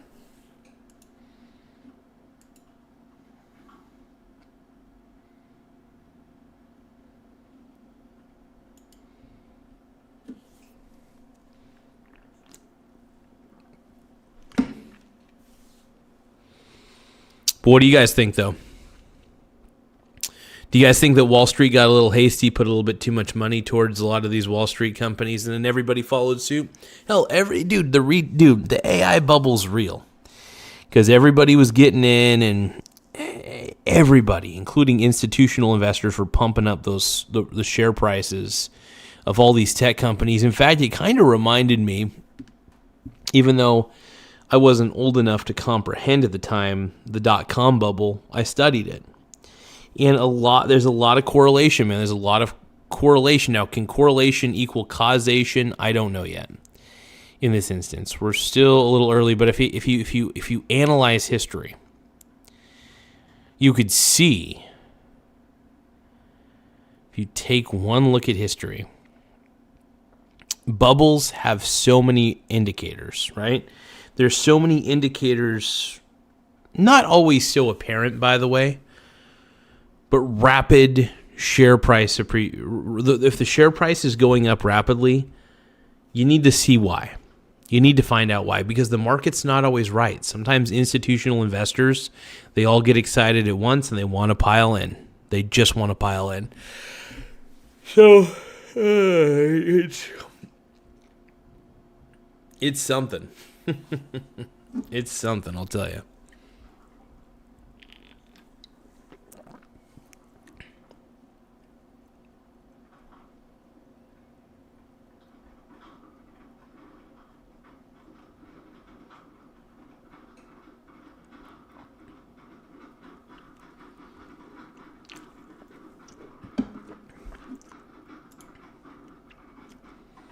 But Spencer Rand, I appreciate the 100.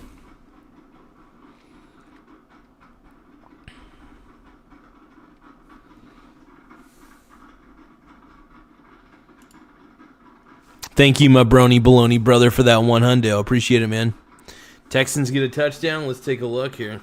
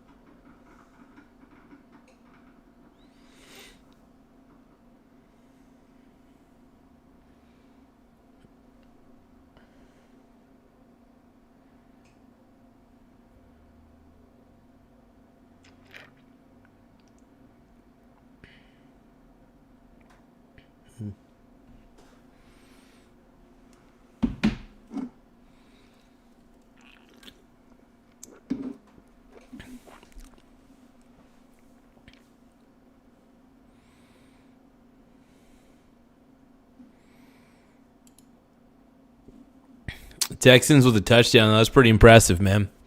Texans are coming back. All right, so moving towards a little further on the bubblenomics, I guess you could call it. The tulip mania bubble. There's been bubbles everywhere. Is the universe a bubble? Floating amongst other bubbles. Maybe. Who knows? But I do know this. Bubblenomics is real. I have experienced it. Seen it. Read about it. You name it. I've been through bull markets. I've been through bull markets and bear markets. And I have enough experience in pattern recognition to tell when something's in a bubble. Tech stocks are in a bubble. Is it worse than the dot-com bubble? It remains to be seen. Now, I will admit, AI in itself is very useful. The internet at the time in the 2000s was a very useful tool for businesses. Not all businesses knew how to implement it properly, though. That's the thing. It was a very new tool. So implementation was hit or miss, right? Now, with AI, AI is still fairly new. Even the implementation of AI for a lot of businesses is a very struggling task. So there's a lot that goes into it, man.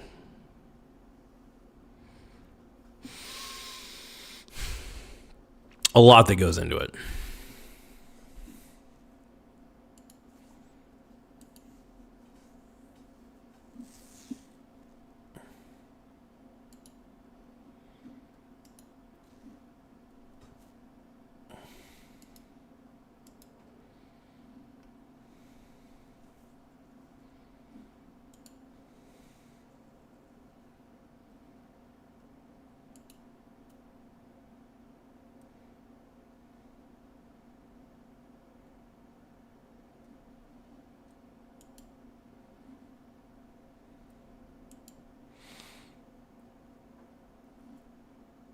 What's up, Dandy Warhols 2025? My brony brother. What up, bro?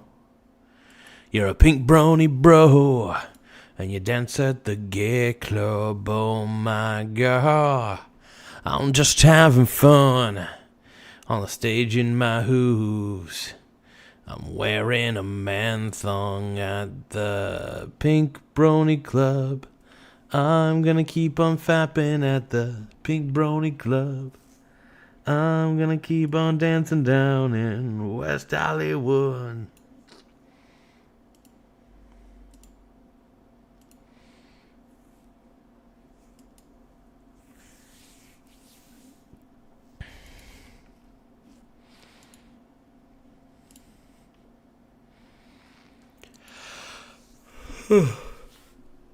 Oh yeah. I feel good. I knew that I would.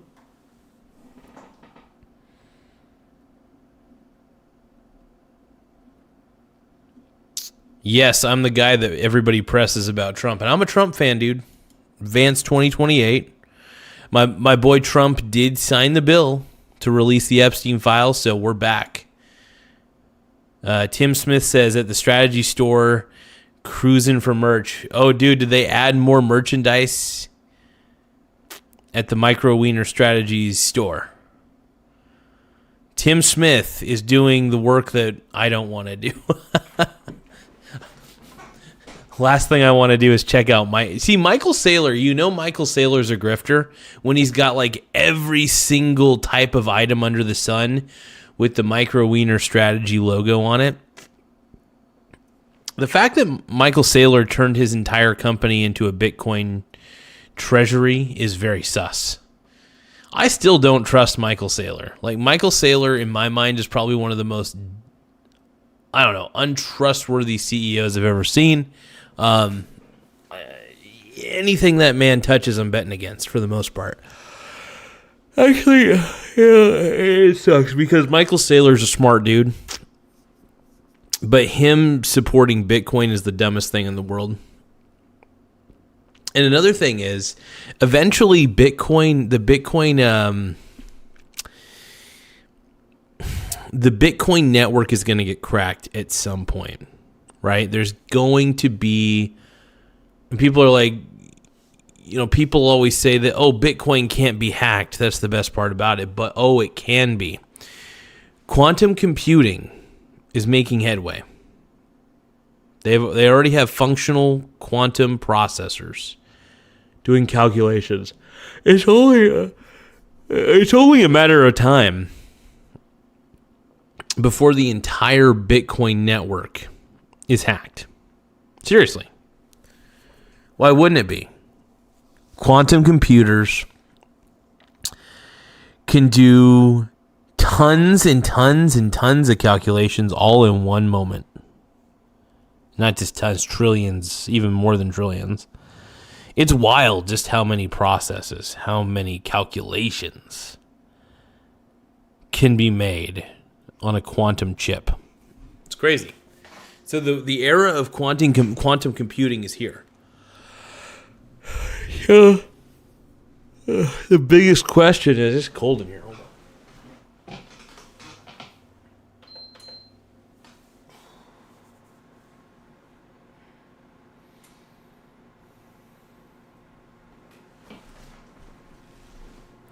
Oof. It's chilly. I gotta put a coat on here in a second. Chris Guthries is asking, any of y'all play or played RuneScape? My stepbrother back in the day played some RuneScape and stuff like that. Yeah, no, it was a pretty cool game. I was into it a little bit. I didn't play much of it though. I kind of just watched my stepbros play it. It was fun to watch. I didn't really take too much time. I didn't play a lot of MMOs growing up. I was never much of a social creature. So, Chris Guthrie says, how long before we have unlimited energy? Who knows? Gabriel, thank you so much for the 100. I appreciate it. You the GOAT. Make sure you guys tap the subscribe button if you can. It's in the upper right-hand corner. It does help the channel grow in multiple ways, in many ways. So we're just seeing what we can pull off. We're trying to see if we can, and we just hit 6,400 subscribers and counting. We're getting higher. Can you take me higher? Tim Smith has some heartbreaking news right here. Sold out. This just in. Tim Smith is reporting sold out. Strategy orange candle pumpkin spice scent.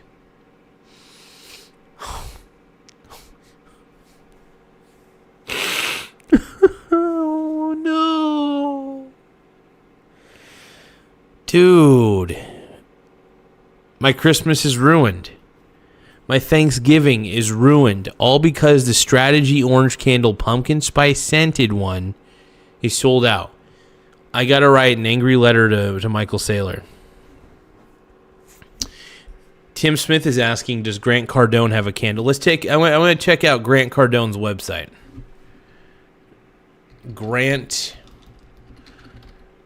Cardone's website. Oh, I'm going to go to grantcardone.com. We're going to 10x. We're going to 10x some crap here.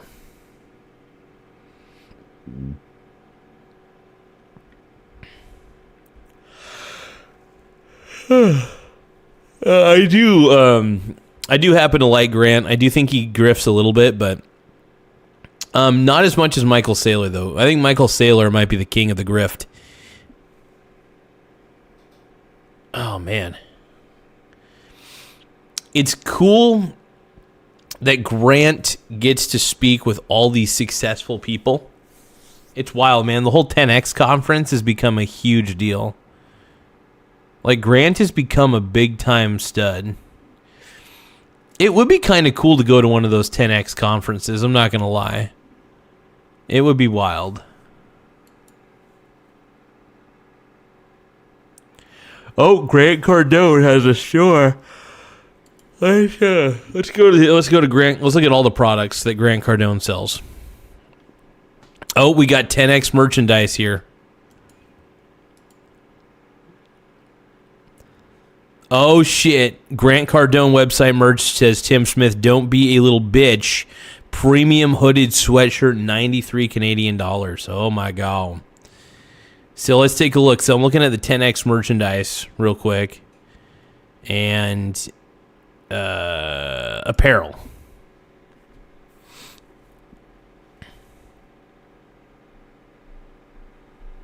Billionaire in the making. I like that.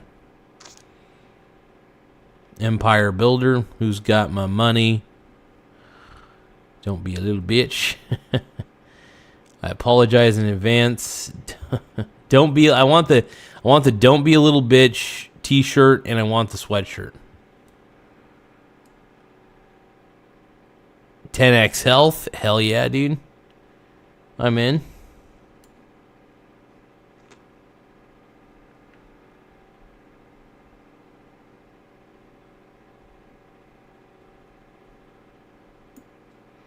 Cardone University. Hell yeah, dude. So the funny thing is, man, I do like Grant Cardone. I just think that there's some things he does, like with all the Bitcoin stuff, that piss me off. But other than that, Grant is actually a very successful entrepreneur. His, outlook on life is pretty fascinating to me, and he's been a good influence on me. But at the same time, it's just, it's just like Donald Trump, man. Like, I love Donald Trump. I think he's the man, but all of his talk on crypto pisses me off. But outside of it, you can only do what you can do. But 10x America, a 10x America hat, hell yeah, dude. 10x Journal. Sell or Be Sold is actually pretty good. I never read the book, but I listened to the audiobook. Found it on the internets.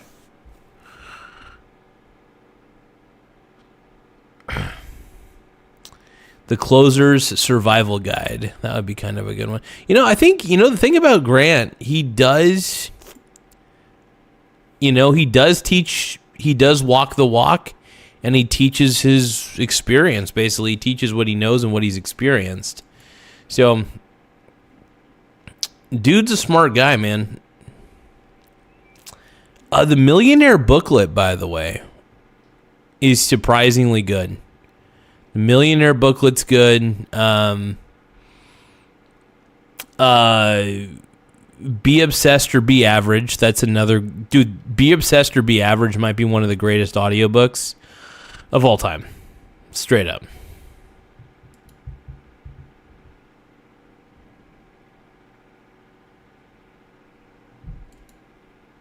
Tim Smith says, I've seen merch from Strategy, Cardone Capital, and now time to check out the PPCE and Teespring store. Tim, are you subtly trying to suggest that I need to update my Teespring store? Is that what you're suggesting? I think I really should take a little more time to work on some fun t-shirts for Teespring. I think that'd be great. I don't even know if I've had any sales on those at all. I have no clue. But it would be fun to make some really interesting merchandise for the Michael Garza Show. I could just have like anti-crypto. I already have some anti-crypto mugs and anti-crypto t-shirts and stuff, so that's kind of cool. What up, Salvador? My man. I remember you, Salvador. You got that Riz, bro. And thank you, Gabrielle, for the good game. For the 10 jewels. Woo! Thank you for the good game. I appreciate you, my brony brother, my brony sister. I think Gabrielle, I don't know. Anyway, thank you, my brony brother or sister. Whichever way you are, whichever way you swing. Wherever you may be. It's Rip City. Tim Smith says, boing, Garza to update his Teespring store, details to follow. Actually, maybe I should update my Teespring store right this effing instant. Let's take a look. Let me go to Teespring and let me sign in to my Teespring account.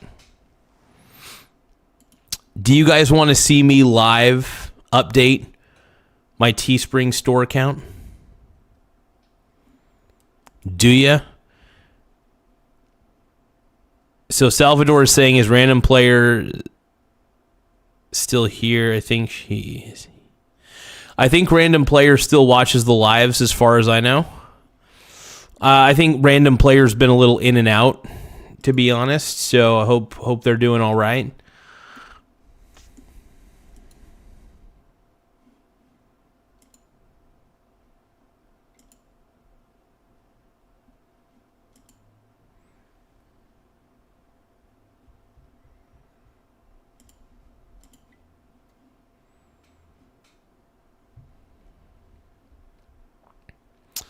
Let's take a look. Okay, so I just pulled up. Let's see. Stores.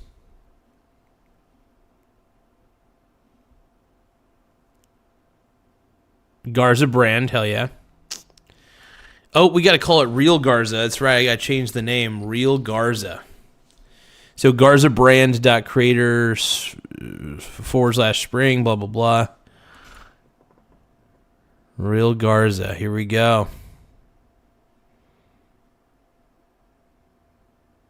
Update the name. Okay, so I edited that. Let's edit the store. Exit editor. Okay, hold on. Update the name.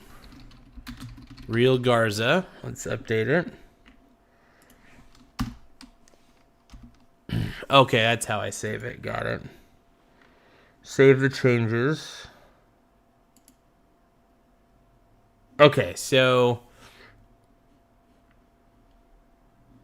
first off, I want to create some products, but I also want to remove a few products.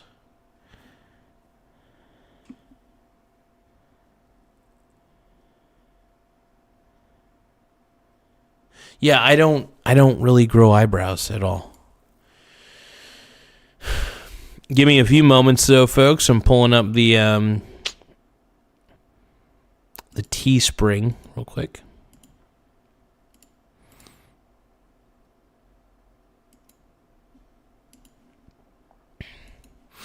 Okay, so this is the Teespring website. We're checking out different products that I could create. All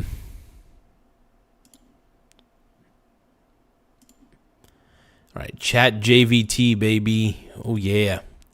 Okay, so I want to look up... I want to try to... hold on, let's see. I'm going to see if we can have AI create really cool designs for me. I am creating T-shirts. I'm creating merchandise using Teespring. I need you to help me create designs for shirts, preferably funny anti-Bitcoin designs. Can you help me carry out this request?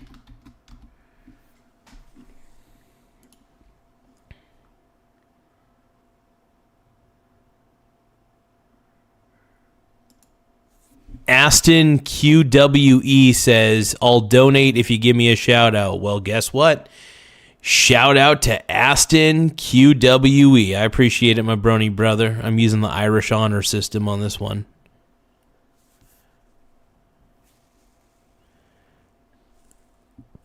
No, I pretty much kept everything as it is. Nothing's really changed too much.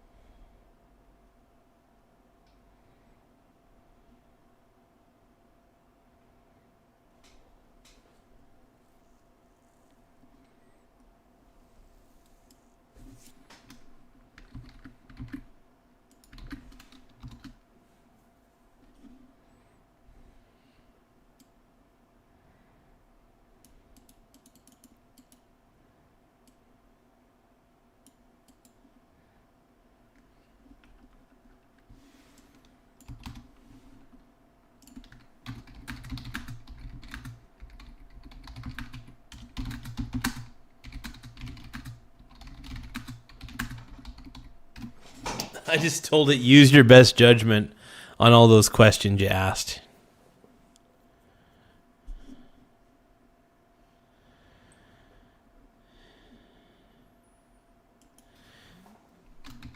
Just do your best.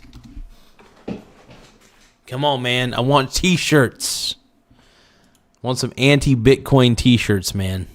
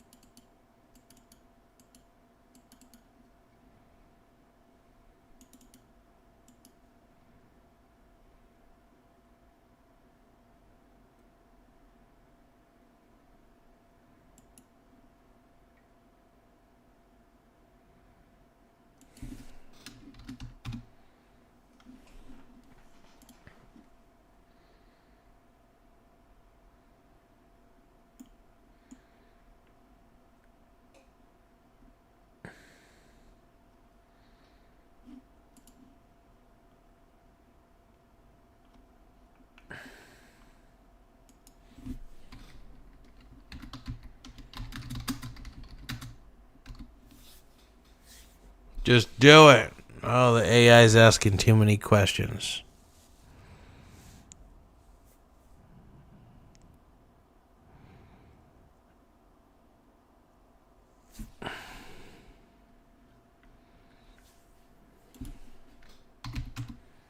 Go.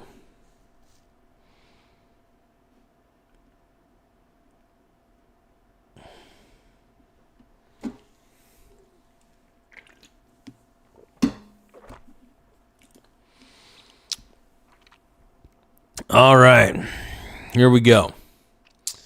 So we're creating the first design. Design's coming up here. What's it gonna be? How's it gonna be? Dun-dun-dun, dun-dun-dun, dun-dun-dun.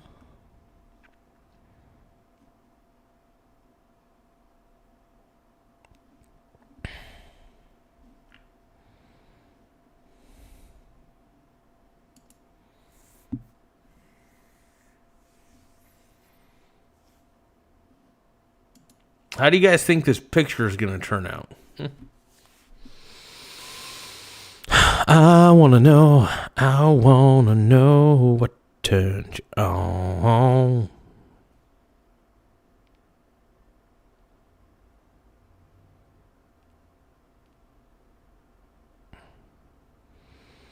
It's taking forever to generate the image.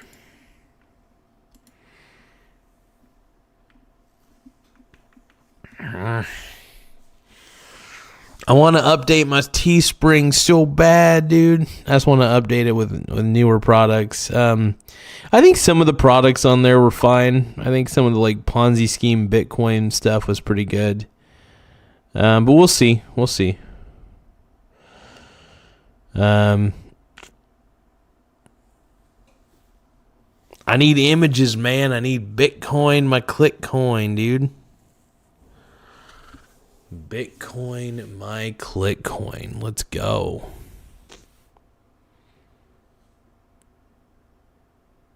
Oh, Bitcoin is just Monopoly money? I like that. It's just multiplayer Monopoly money. Ooh, that is a good shirt design.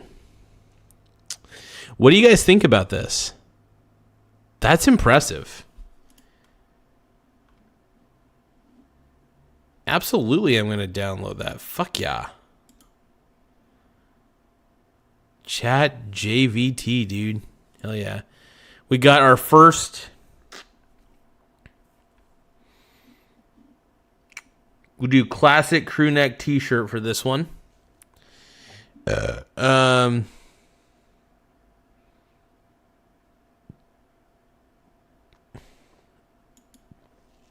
that a black? Okay, so black's one of the designs. That's good. Let's add the image. By the way, you guys are going to get a real education here on how to create a shirt on Teespring, which is kind of fun, by the way.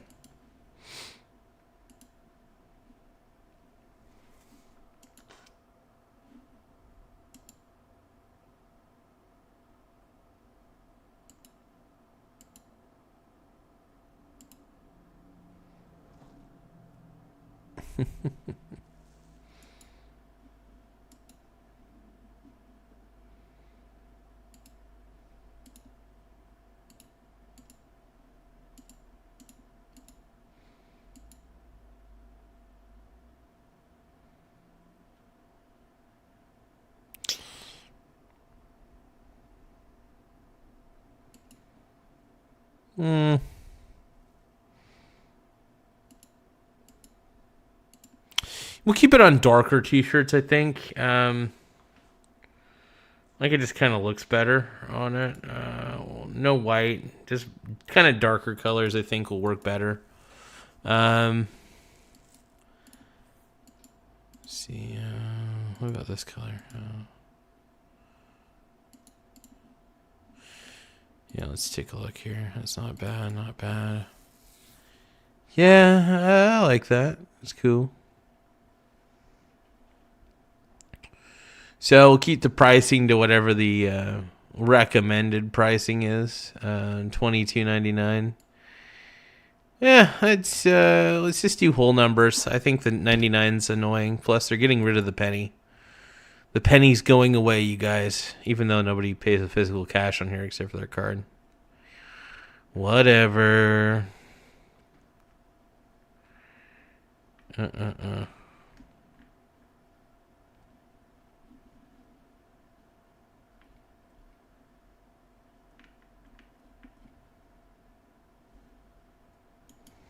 Let's go.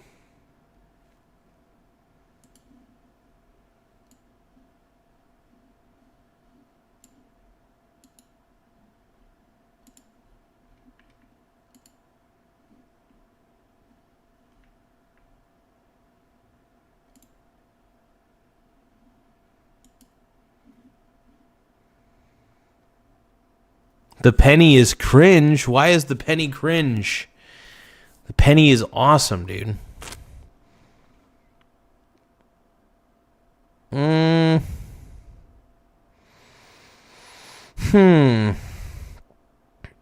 Oh, a die cut sticker. That'd be kind of cool. Heck yeah.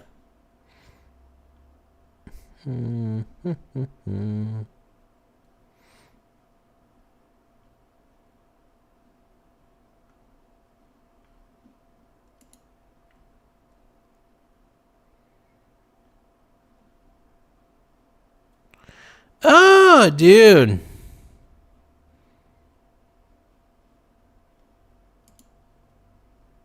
Yeah, let's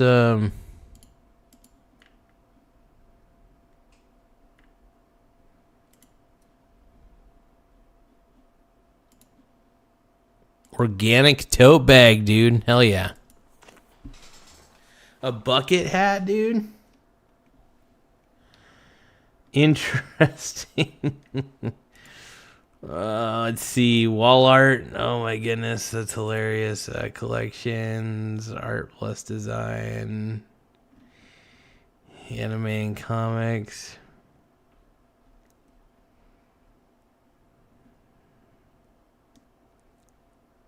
No.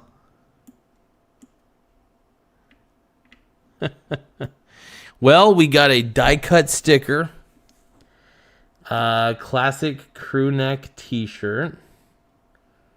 Organic tote bag.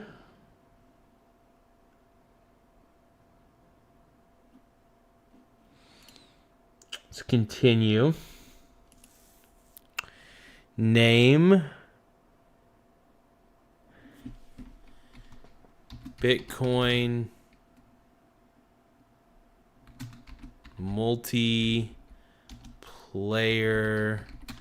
Monopoly money. Description: Bitcoin is a scam and I want to grift. It's a scam and a grift.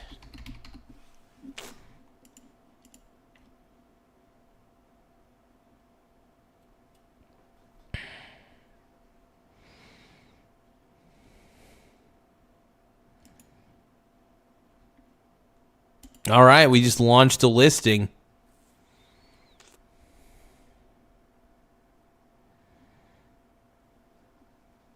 OMG. Okay. So we just created a new line of products on the Teespring account. So let's check it out. All right. Let's see. Stores. Listings. Let's take a look at the listing. So we don't have a lot of listings on this store. Honestly, if anything, we're very low on listings. I haven't sold a single product on here, which is hilarious, by the way.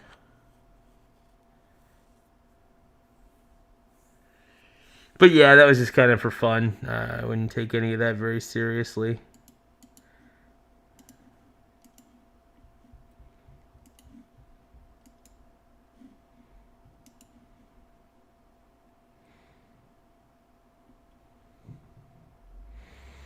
So I'm going to take a little bit of a break here in just a second. I gotta get my mind to rest. I gotta lay down for a second. I gotta refresh my mind. Might read a book for a second, but I'm gonna drink a little bit of. Actually, you know what? I'll tell you what. I drink a little bit of cup of Joe. That might actually get me back up and running again.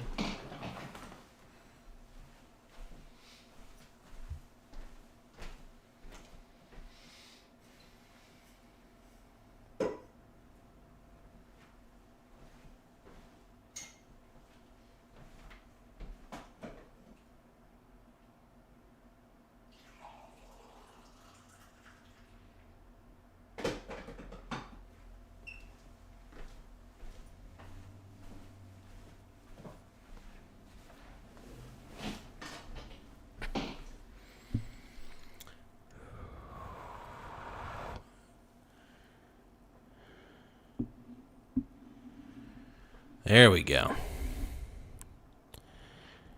Yeah, Bitcoin is questionable.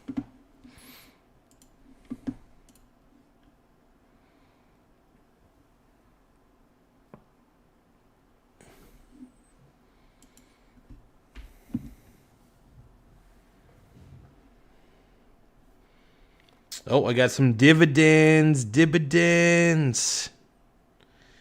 Oh my God.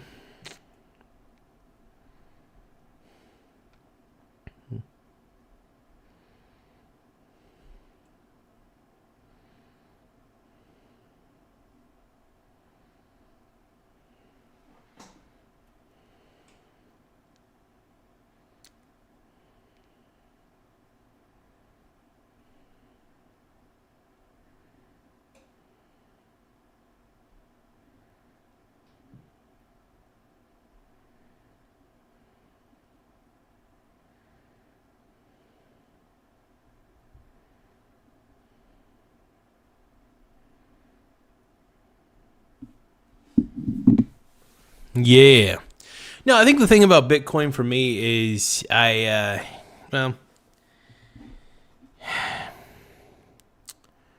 this is so warm. Oh my goodness. Oh, this coffee is so warm. Oh my gosh, it's heating me up. Oh man.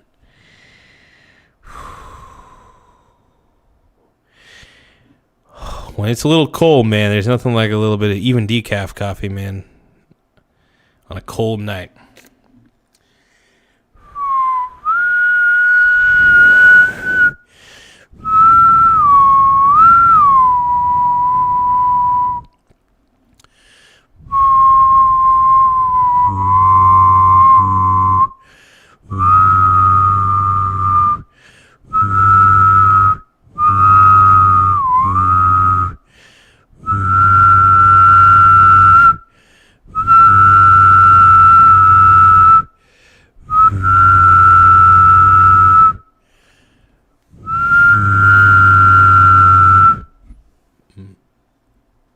There we go. Anyway.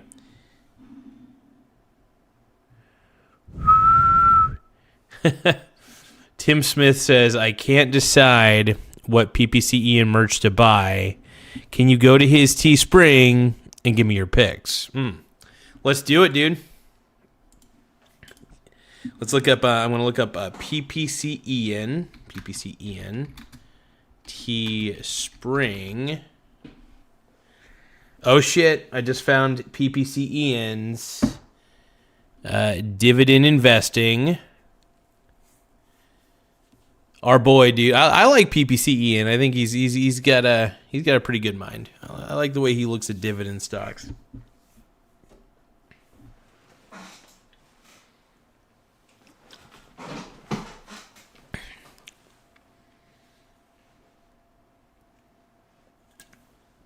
All right, give me a second, you guys.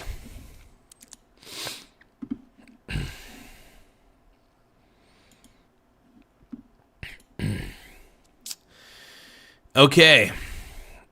So PPCEN's store. We're taking a look at all of PPCEN's products. Thug Life Investor, black t-shirt. That looks pretty sexy. Dividend Investor. Hell yeah. Dividend Investor. Actually, you know what? Maybe I should tell ChatGPT to create designs like PPCEN's.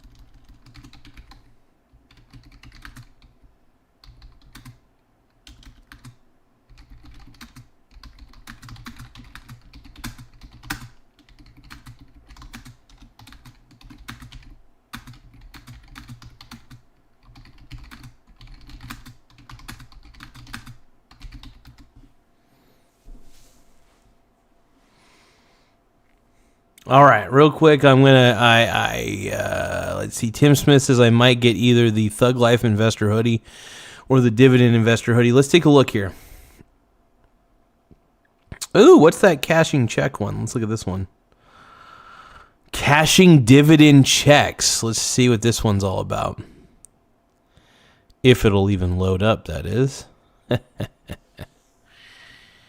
Let's see. So if we zoom in on, let me put it over here a little bit. There we go. Let's take a closer look. Does it let you zoom in though? Yeah. Pay in the amount of dividends. Yeah, dude, check out the Tim, check out the one that says stacking dividends. Let's see. That's freaking hilarious, dude. So dividend investor. I like the Thug Life Investor one. That's pretty cool. I got to say, though, the cashing dividends one that has a check on it. I don't know if you can see that one on there, but that's a good one. I don't know. I don't think you're a real PPCEN fan unless you have a PPCEN mug. Let's see. Dividends. I like the dividends all day, every day one. That's a pretty dope ass shirt. Stacking dividends. I like that one as well. What's this one with the king say? Is it? And you should get the Dividend Queen shirt. Nah, just kidding on the Dividend Queen. But that'd be hilarious though if they had a men's shirt that said Dividend Queen. That'd be hilarious. What else we got? Dude, I'm kind of inspired by PPCEN's product line. He's got some good print-on-demand shirts. I like this. Yeah, a little PPC Ian. I mean, are you really a PPC Ian fan if you don't have this shirt? I don't know, dude. I don't know. Coffee, money, sleep, repeat. I like it. That's a good one. So I would say this. I'm liking a lot of these. Definitely Thug Life Investor. That's a good one. That's got to be. I put that as my top one right there. I do have a bit of a soft spot to the stacking dividends one. So I thought about the check one that has the check on it. I decided that I think the stacking dividends t-shirt's cooler, but do they have a stacking dividends hoodie? Oh, that's a Dividend King shirt. Ooh. You know, I got to admit, if you're going to get a hoodie, I think you should get the Dividends all day, every day one. That's sick. Yeah, dude. Fuck yeah. Dividends are always on my mind, bro. I love dividends. Dividends, dude. Dividends.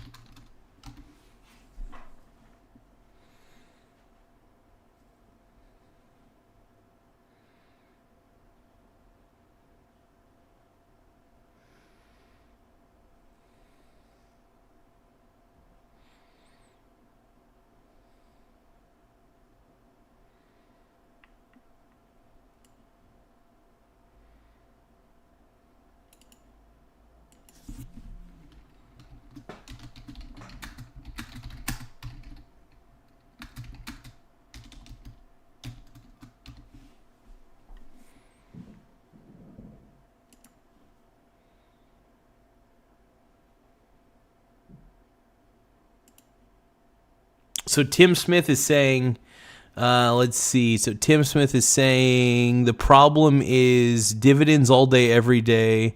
It only comes in white, and I spill a lot of food on myself. I have the same problem, brother. Oh, that sucks. Really? I guess it does only come in white. That's lame.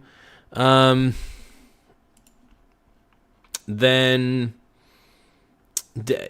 the Thug Life Investor's like definitely a must. I like that sweatshirt though. It's so sick. Let's see. The Stacking Dividends t-shirt, I really do enjoy that one. If you're looking for darker color shirts, I think that one's pretty tight. Thug Life Investor right there, Stacking Dividends, and then the Thug Life Investor sweatshirts, I think that's a must. Yeah, I can't believe they only have that one in a white. That's crazy. Here's the thing, man. I think it kind of goes without saying that most of us dividend investors are sloppy people. We're sloppy. Dude, I spill a lot of food on myself as well, man, so I get it. Oh, man. Jeremy M sent a good game for 10 joules. Thank you, Jeremy. Make sure you guys subscribe to Jeremy M097 at hotmail.com. I don't know. That's funny. Does anybody still use a Hotmail email address? Is that still a thing? Like, I mean, does anybody still, like... That's the one thing I'm kind of regretting later in life, that I still don't use my Hotmail address. Like, I think we all had a Hotmail email at one point in our lives. It was always between either Hotmail or Yahoo. When Gmail came out, man, I basically abandoned all my other emails.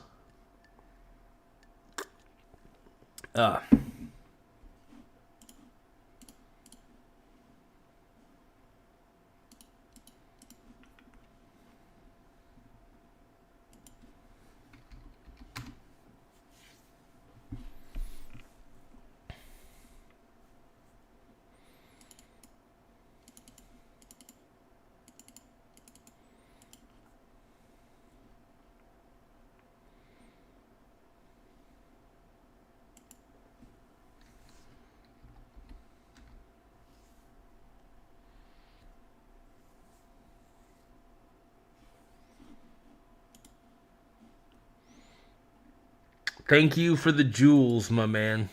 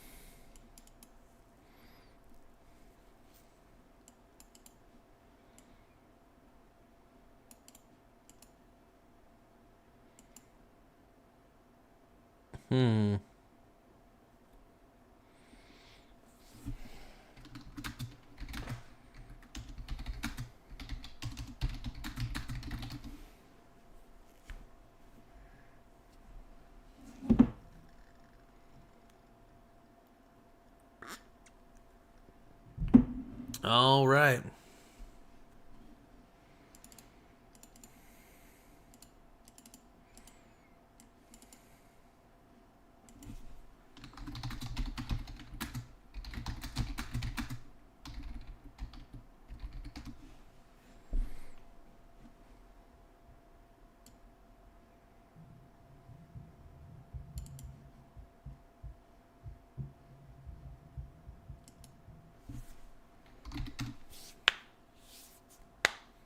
I think the AI is trying to F with me, man. What the hell?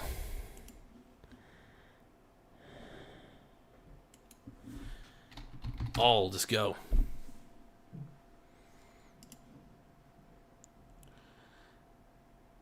Bills fumble. Oh, crap, dude. Here's the thing, man. I got Texas's defense. I got the Texas D. Dude, Texans defense, interception, fumble recovery, 3 sacks. Dude, they've already racked up a lot. Dude, Texans defense has already racked up 11 points for me. This is insane. And then, yeah. Dude, this is looking like a good week in fantasy football, man. I'm killing it, dude. Song MF Jones says Jaquan DeMarcus Garza, my favorite leprechaun Oompa Loompa hybrid. Thank you, my brony sister. Hello. Everybody's a brony, dude. You're all bronies. And by the way, I will admit I'm waking up a little bit because I'm drinking some very hot drink. Oh, that's heating me up, man. It's heating up my insides.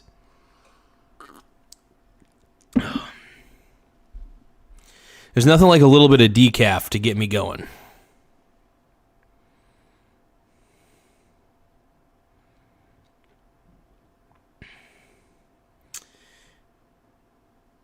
Dude, the Texans are looking good. I mean, the Bills are looking bad, but the Texans' defense, though, is putting on a clinic. The fumble, the interception. I mean, the fact that they've got 11 fantasy points for me right now, 3 sacks. I mean, that's crazy. I mean, I'm loving every minute of it. Yeah, as long as the Texans can rack up more fantasy points, man, whether it's interceptions, fumbles, sacks. I mean, anytime they get a sack, I mean, I'm happy, dude.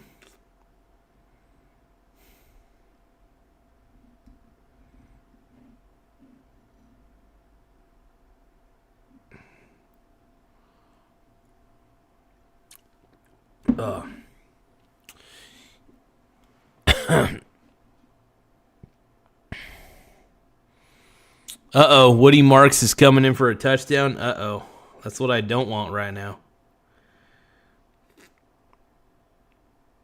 Oh, crap. Here's the thing, man.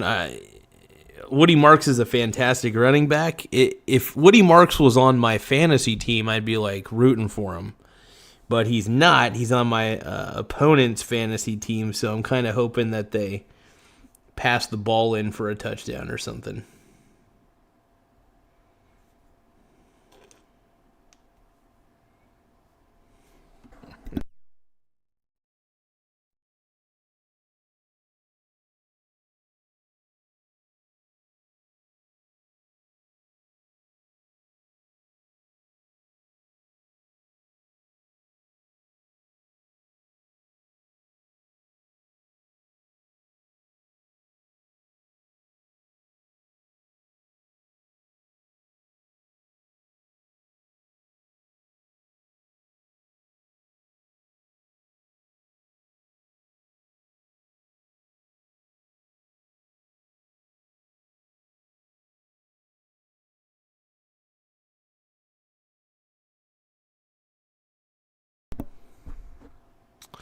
Yeah, give me a second. Sorry about that. I was my girlfriend sent me a quick TikTok, so I was watching it real quick, and it's just a cute little cat.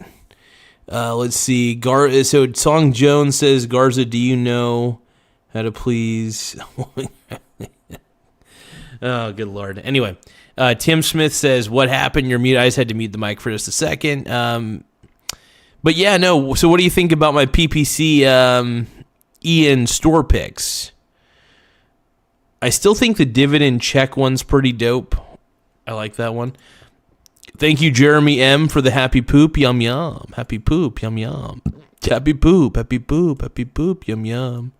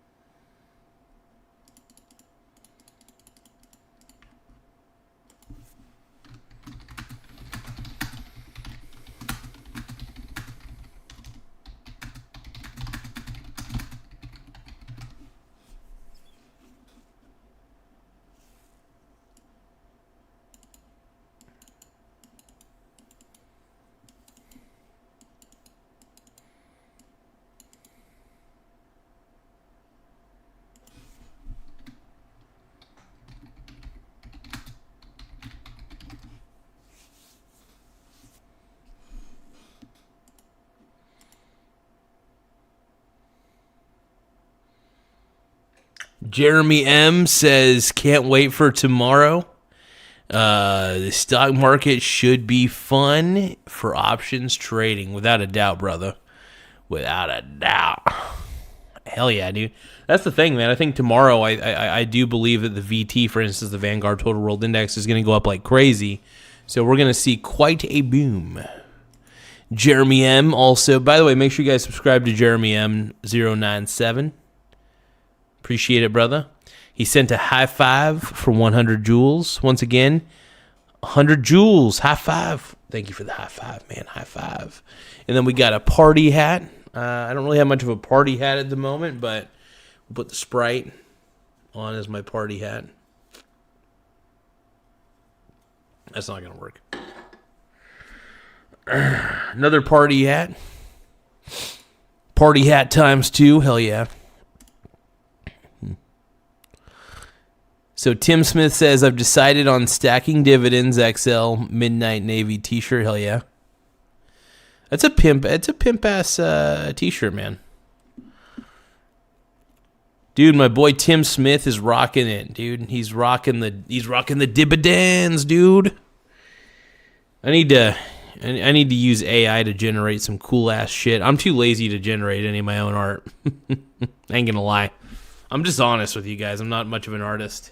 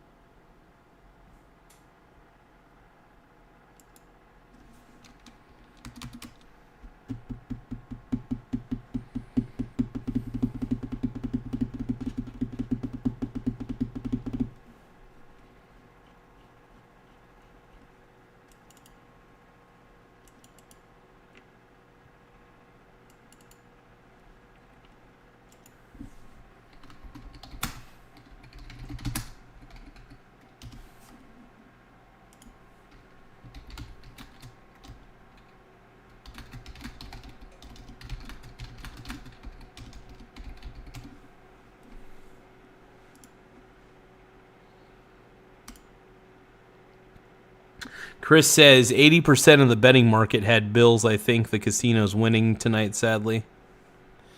Interesting. Jeremy says Spy lost 20 points tonight. Nice crash. Let's see. My put options went up 10x in like an hour. Hell yeah. Crazy. But, I mean, we'll see where I definitely want to see where the world market is standing tomorrow. So VT is a good gauge on, like, global economics. And if the VT is down, well, I'll tell you what. I'm always buying the VT on the dip, man. Vanguard Total World Index. I love swing trading that ETF, man. You know, I don't do any crazy option stuff anymore. I used to do options on occasion, but I love swing trading so flippin' much. I love swing trading the SBIT and the VT, man. Those are the two GOAT ones, dude.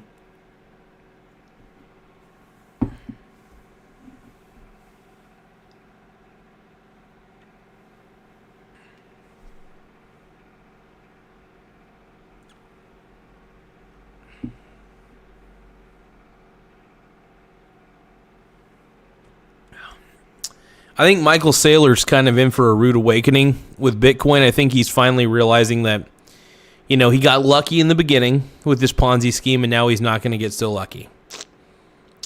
Michael Saylor is screwed. I think we all know Michael Saylor's screwed. Jeremy says VT is down. That's my point, dude. I love it when VT is down, dude. Let me take a look at VT right now. In fact, if VT is down again in the after hours market, I'm going to buy another share of Vanguard Total World Index because I trickle buy. So when VT is going down, if it's on a downturn, a bear market, I'm buying it one share at a time. VT's looking all right in the overnight markets. Let's see, the last share I purchased was at $134.73. Yeah, and VT's currently at $135.47, and that's not bad. I'd make a quick profit if I really wanted to, but I'm just kind of holding for the moment.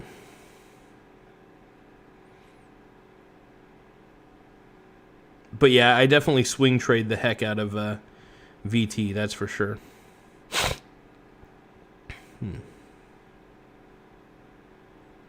Give me a second, folks. Sorry about that.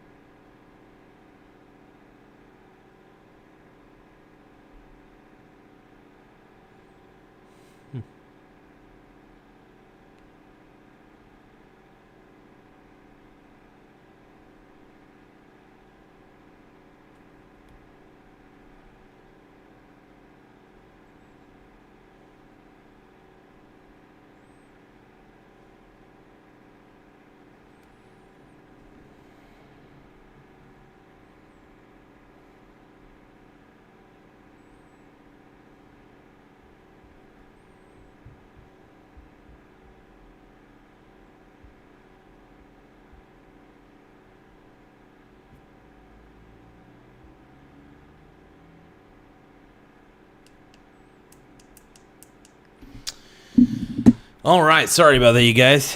Had to check a couple things.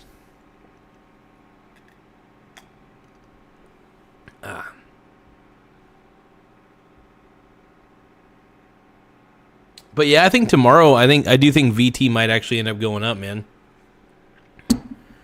Let's take a look and see what the stock market. Let's see what's in store for the stock market tomorrow. Stock market tomorrow.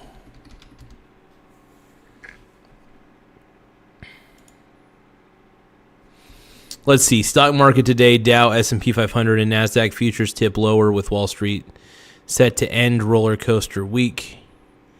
U.S. stock futures tipped mostly lower late Thursday as Wall Street was set to end its latest turbulent week in what shaped up to be. Let's see.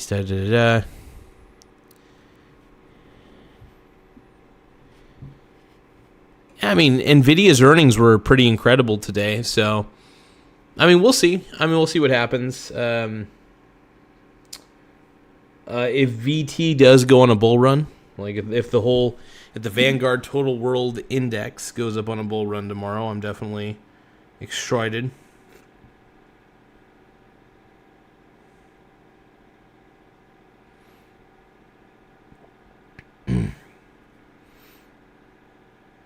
I ended up getting a pretty good amount of dividends today. Let me take a look here.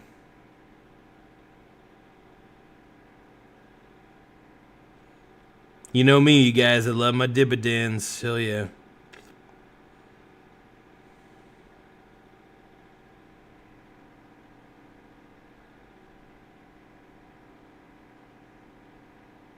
Okay.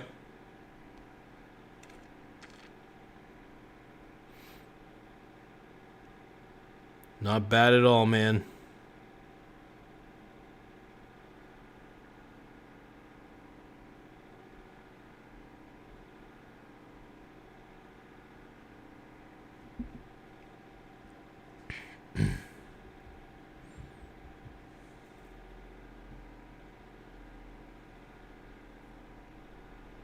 Hmm.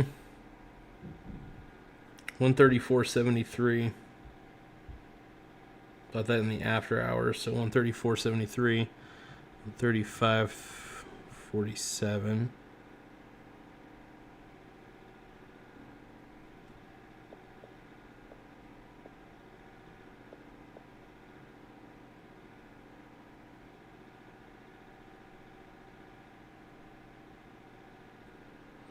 Yep, that'll tack on a little bit of the interest.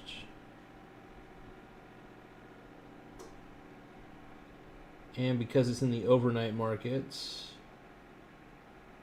technically, it shouldn't count as anything too crazy. Sorry, you guys, I'm a little distracted at the moment. Bear with me.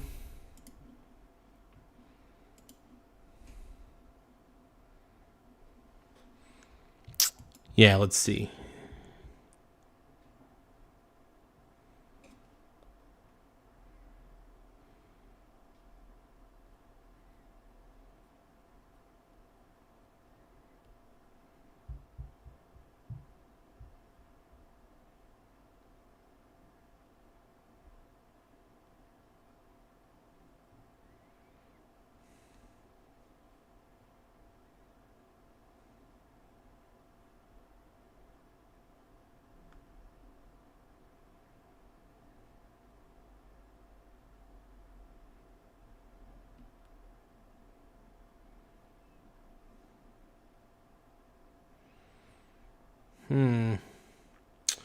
Well, I'll tell you what, if the markets go back up on a bull run, that's a good thing.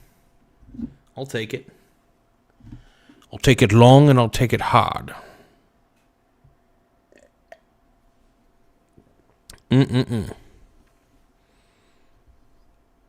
Oh man.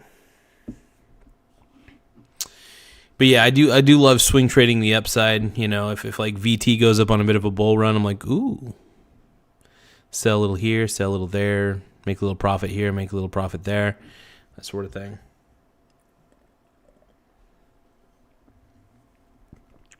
Yeah.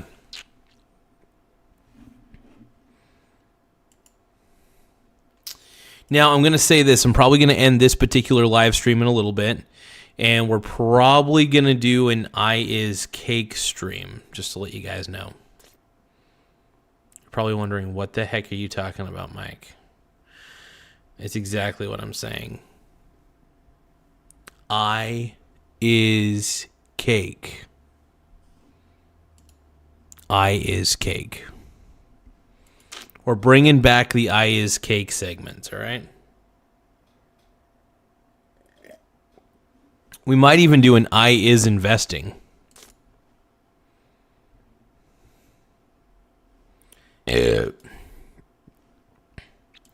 Frosting, mustard,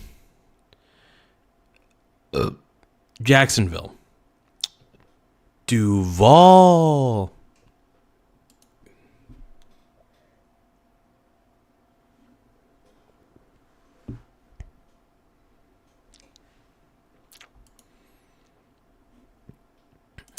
So to close out this particular episode, I'm going to probably take a little bit of a rest. I'm going to take a little bit of a nap break and just lay down for a second. Do you guys have any final thoughts on this particular episode? Any ideas you may have felt I left out and need to talk about on the next episode, that sort of thing?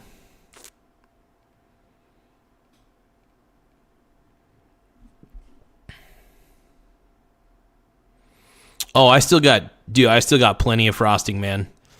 I haven't run out of frosting. I still got plenty of frosting.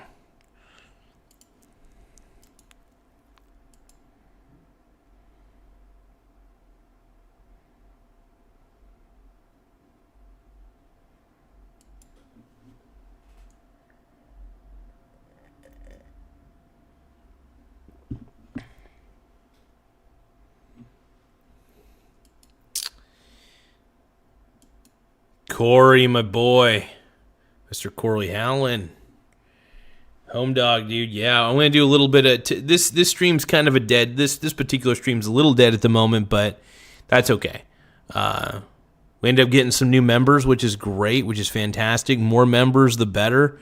But yeah, I do like doing frosting episodes. They're just really fun. I might do this next episode with no shirt on. And I'm going to maybe cover my nips. You know, I don't know what I'm going to cover my nips with, but we'll figure something out. We always do on this show.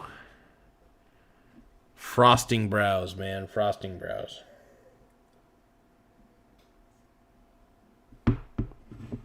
Oh, man. Tired.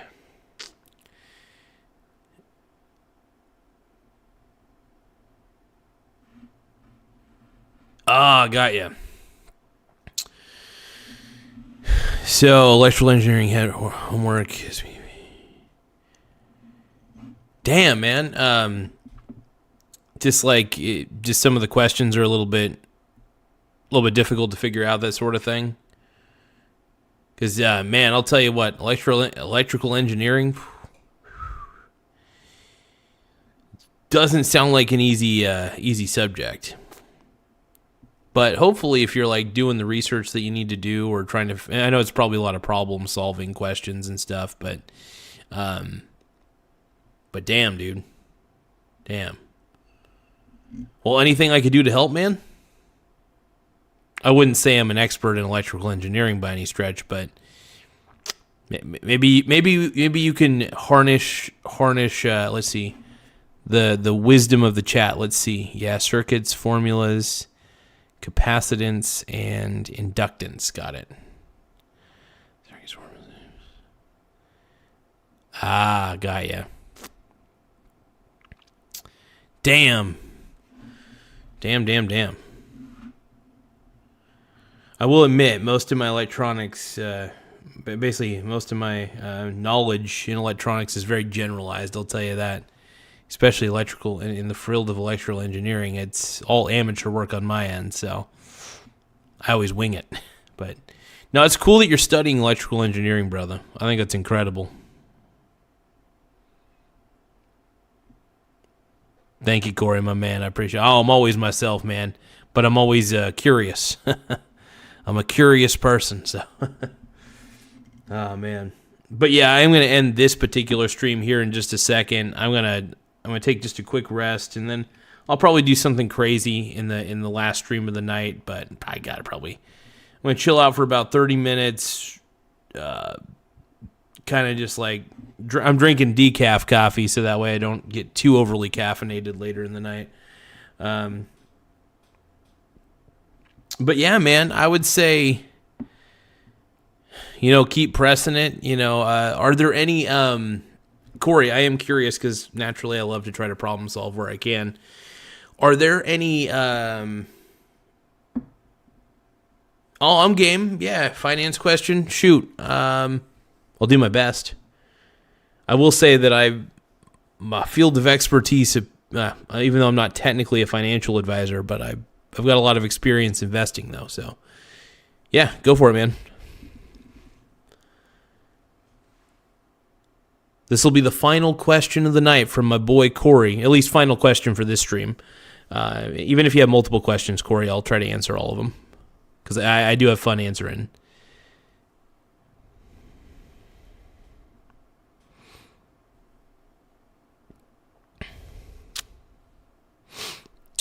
I'm just chilling.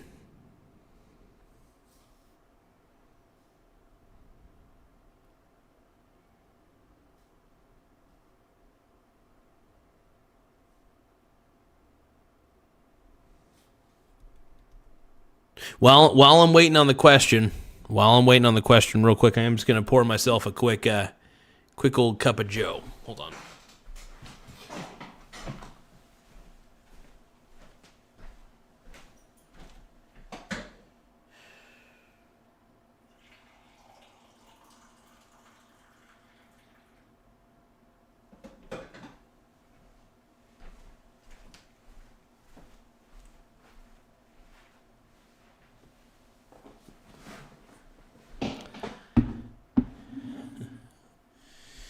Let's see. So Corey says, for microeconomics, I am doing a paper on the volatility of the GPU market. From the crypto mining frenzy to the AI boom, how does the new NVIDIA Blackwell GPU affect everyday consumers? So I think it affects them more indirectly than directly. So, I don't know much about the NVIDIA GPUs that are coming out. I'm not going to lie. I haven't really kept up on it. But I will say that a lot of data centers are using NVIDIA GPUs overall. So I'm assuming that, and this is an assumption, by the way. I could look it up a little bit, but the assumption is that NVIDIA is making a lot of chips, a lot of products for a lot of data centers, more than consumer products these days, it feels like. So NVIDIA is really helping a lot of the bigger companies like the Metas, the Googles, OpenAI. They're helping all these different companies with their hardware needs. So in a sense, the consumer is... I'm trying to think about the way I would word this, because I very well could be wrong, and this is all assumption and basic analysis. I will admit I'm not an expert on this side of things. There's some areas where my competence is a little low. But I will say this, though. NVIDIA does seem to be making a lot of their processors for big companies in their data centers because AI itself is very hardware intensive. So they're using a lot of NVIDIA GPUs, which is one of the reasons why the earnings for NVIDIA have been going up, because the amount of hardware that's being purchased by big tech businesses is staggering. That's why the earnings are so high right now for NVIDIA. Let's see. Corey says it's a $10,000 GPU that not the normal consumer can afford. Yeah, I'm going to look that up real quick because I'm very curious about that Blackwell. I don't think the Blackwell GPU, NVIDIA,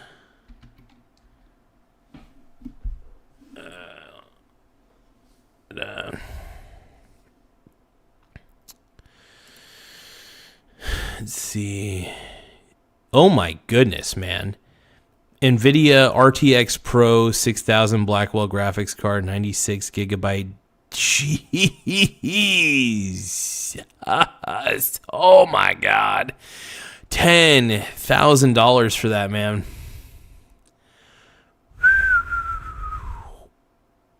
Whoa. I will tell you this, though. That's honestly very impressive. I'm going to look at the specs of this real quick.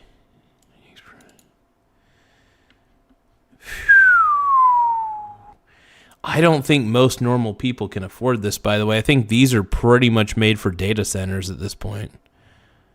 Because like I said, NVIDIA is selling a lot of their products, a lot of their GPUs to be utilized to keep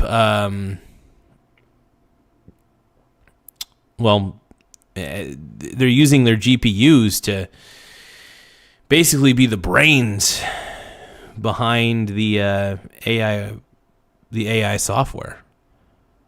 I'm sorry, I'm a little bit distracted. I'm reading through some of the specs on here. 96 gigabytes of GDDR7. Damn.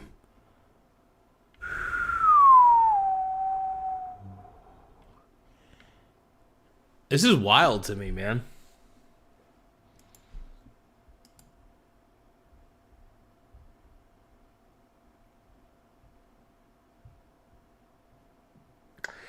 So, I would say you could, in a sense, determine a correlation between AI. That if AI wasn't around, then a GPU like that would probably be far more affordable for a consumer. But because there's an increased demand for this hardware because of the big tech companies buying them up, I mean, that's my thought behind it. You know what I mean? I mean,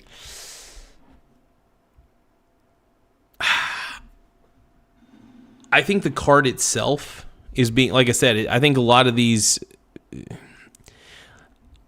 sales that NVIDIA is doing right now is business to business, not business to consumer. So NVIDIA does sell to consumer, yes, but they're kind of in between two worlds right now, right? NVIDIA's in between being because primarily NVIDIA, from what I remember, was primarily a consumer product business. They sold video cards to the average consumer, the average gamer, blah, blah, blah. Now, their parts, the hardware they develop is in such high demand that NVIDIA's blossomed into this behemoth all because of how good their hardware is and how usable it is when it comes to for AI data centers, if that makes sense. Yeah. NVIDIA's become the key company at this point. They are the company. I mean, if AI succeeds or it doesn't succeed, it's all because of NVIDIA.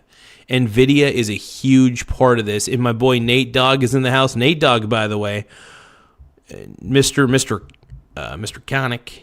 We got Corey in the house as well. So, of course, Corey, of course, knows. I'm sure you remember good old Nathan. Mr. Nate Dogg is right. Mr. Nate Dogg just gave me a happy poop, by the way. Hell yeah, happy poop, baby. Woo! Happy poop, yum yum. Hell yeah. Yeah. So NVIDIA went from being a business to consumer primarily to a business to business primarily. They're still very business to consumer, don't get me wrong, but their business to consumer model has definitely been, there's probably a lot of consumers, individual consumers who are pissed off at NVIDIA for basically putting the consumer last and putting the businesses first. Now, don't get me wrong. In a lot of ways, NVIDIA does want to become a more profitable company. So sometimes if a business-to-business venture is more profitable, you just have to go that route. And eventually, I think that maybe NVIDIA is going to be a primary business-to-business company where they pretty much just work with other big tech software companies and be like, hey, you need our hardware, bitch? Here's our hardware, bitches.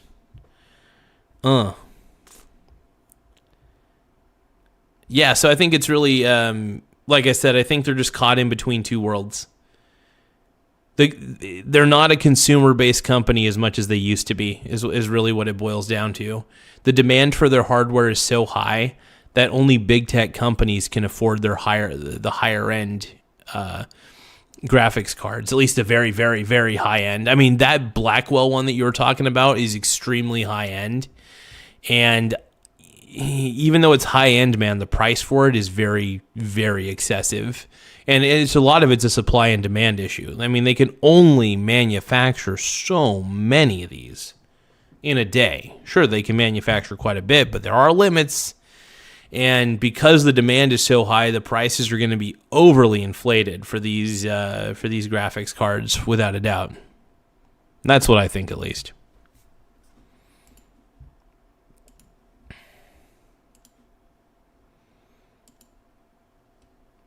But so, in short, aliens, yes.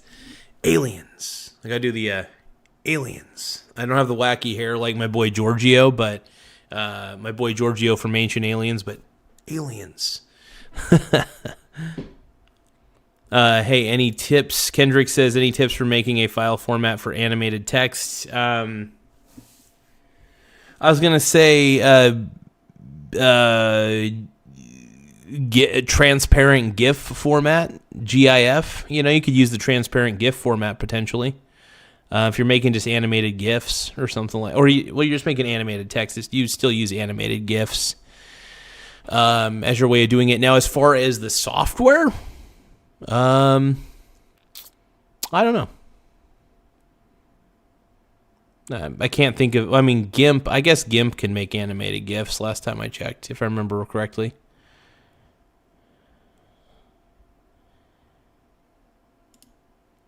Let's see. Corey says derived demand is different than typical demand if the AI thing continues, which it most likely will. The derived demand for those top-end cards will only increase. Yeah, and a lot of data centers, I was surprised to see some of the stats. I can't remember all of them, but I was like looking at some of the statistics, and data centers, man, they are just buying up. They are buying up these cards. So, I mean, I don't know. Here's the thing. I don't know if those patterns that I noticed are a causation for it, but that's my assumption. These are all assumptions, by the way. So you may find somebody, you may find sources online that disagree with me too. So, hey, you got it, Mr. Corey. You got it, brother. Yeah, I hope that helps. I know I probably went a little long-winded with my explanation, but I kind of had to think about it a little bit because the more and more I thought about it, I was like, well, because I remember seeing, I was kind of bringing up a few pieces of data that I had read. And like I said, I very well could be wrong on my analysis of it. So I would probably take some of it with a grain of salt. And as always, people, not financial advice. Always keep that in mind. Just for education, entertainment purposes only. I gotta say that as a legal disclaimer, but yeah, I hope it helps, man. Because if you get an F on the paper, just blame me. Just be like, this crackpot told me it was this crackpot named Garza told me this is how it is.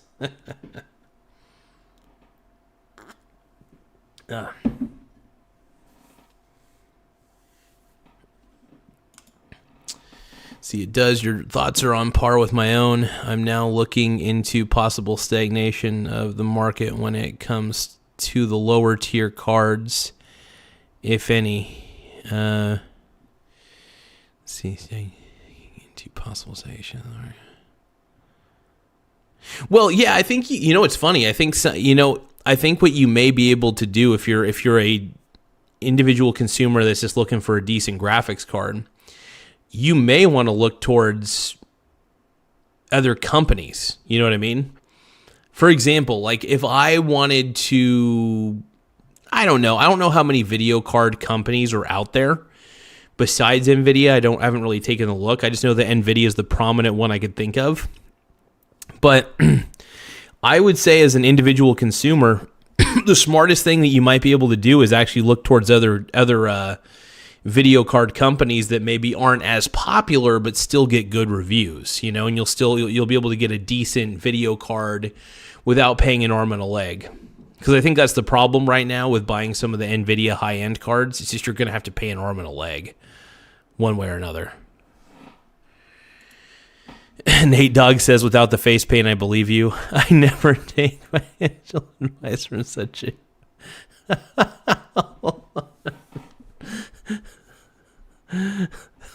Nate Dogg says, I would never take financial advice from such a vanilla character. Oh, man, that's funny. Corey says oversupply, stoppable, so on. Oversupply, stoppage of updates, etc. AMD is the only other. If you have anything else, stop using a PC. Yeah. That's funny. That's funny, dude. I mean, AMD is a pretty good company. I don't know what their video cards are priced at these days, but I do love AMD processors, though. I'm still an Intel fanboy, by the way, when it comes to actual CPUs. I think that Intel's gotten a bad rep. You know, I mean, AMD is definitely I think, innovating more than Intel, surprisingly. Corey says, also give me back my free 30 days of AOL online.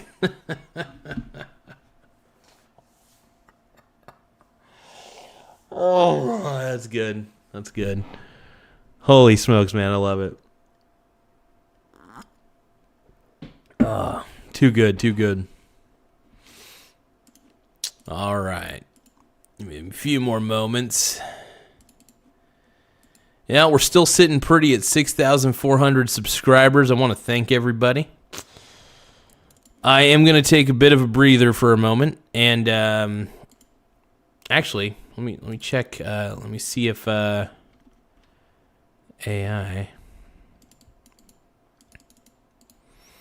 So I just realized earlier that like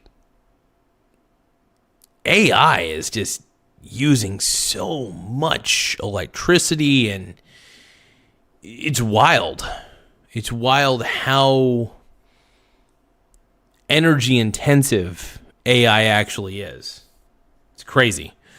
Eventually, I think there's going to be upgrades and things of that nature, making it to where it's not so energy intensive. But I mean, we'll see. We'll see. Oh man. Give me 1 second, folks.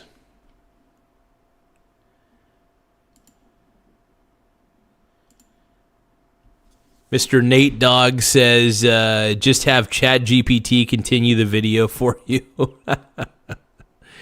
I could just be like, hey, ChatGPT, can you just talk about nonsense for the next 30 minutes, please? While I go take a nap. ChatGPT?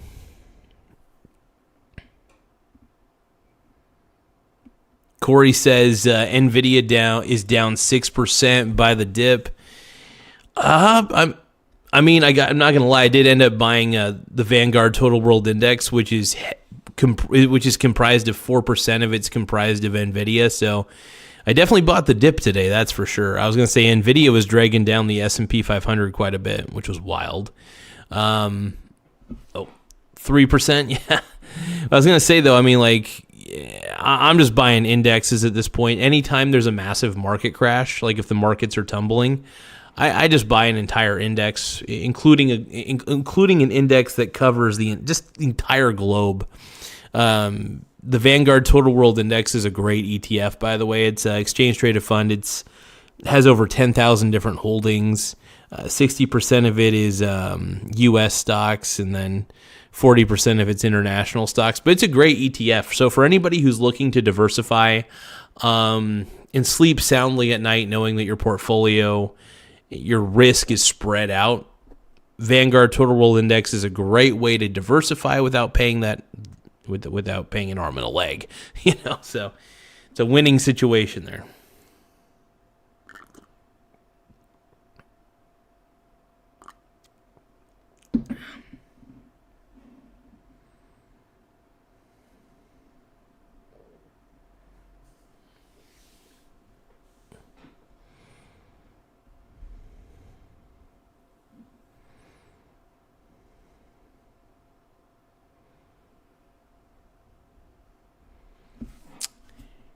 Not financial advice. Not financial advice. I always got to say that. No. It's not financial advice. And also, Nate Dogg, it's not financial advice. And at the same time, while it is not financial advice, it is for talk to a financial advisor. This is all for entertainment and educational purposes only. I legally need to say that. Corey says I'm buying what Nancy Pelosi buys. Exactly. Switching whole portfolio now. 7th, Josh. Dude, Josh Allen's been sacked 7 times tonight. Damn. That's insane. What is the Bills' offensive line doing, man? Nate Dogg says I'm a little short, which reminds me your rent is due. Nate Dogg, don't take my fridge. I know I keep trying to pay you in Bitcoin and Dogecoin and Poopy Fart Coin, but please don't take my fridge. That's all I ask. You keep threatening to take the fridge, and please let me continue to use your Windows 98 computer to do this show. Okay? Josh Allen's been sacked 8 times? What? Unreal.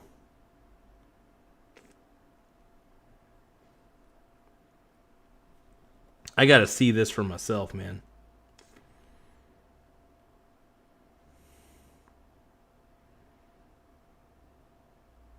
Dude, they've actually gotten 7 sacks. Oh, that's insane. 1 fumble recovery, 1 interception.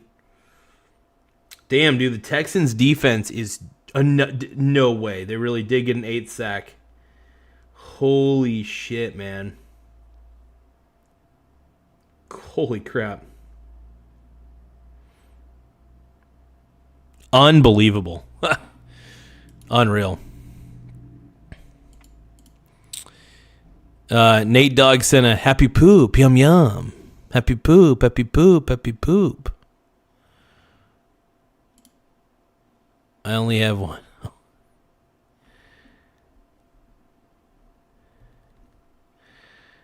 Let's see. America has an energy problem. Many with AI data centers that are power AI in which the state is trying to run. What are we talking about here? What? Well, I hear major energy investment coming. Huh, interesting. Huh. So let's see. Yeah, so the AI data centers are using a lot of energy, man. Lots of energy, brother.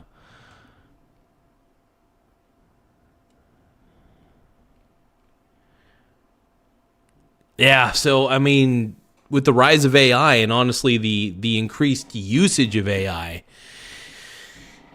I mean, I don't know what we're seeing at this point, man.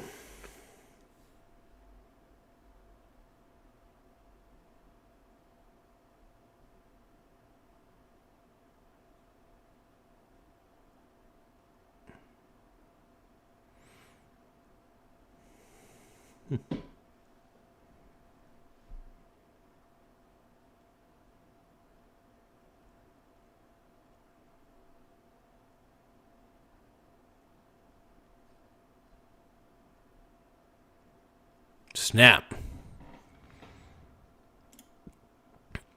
Nate Dogg says another big problem is outdated infrastructure. That's true. I mean, a lot of the power lines that are utilized, for example, a lot of the power lines to even transmit electricity, I still don't think that's even enough. Yeah, also, energy doesn't grow on trees. It's true. I mean, I think that I say have a multiple infrastructure. I say use a combination of green energy. I say use coal, gas, solar, nuclear. I say just use every single way possible to generate electricity. Right? That's my take on it. It's it's a pretty sloppy take. On my end, if I'm going to be quite honest, it's a very sloppy take. But I say there's so many different ways to harness energy. Like, not only harness, but generate electricity, for example.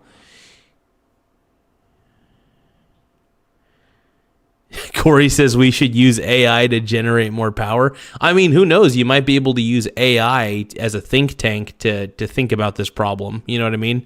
Maybe AI has a solution that maybe human beings haven't thought of. You know, AI is starting to learn at a higher rate, and it's becoming more intelligent every day. So we'll see just how intelligent artificial intelligence can become. That's the question. It's wild that even AI is starting to reprogram itself, which is crazy.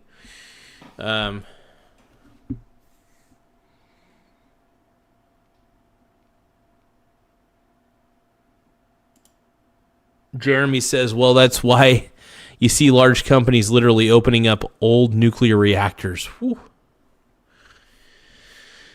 Crazy.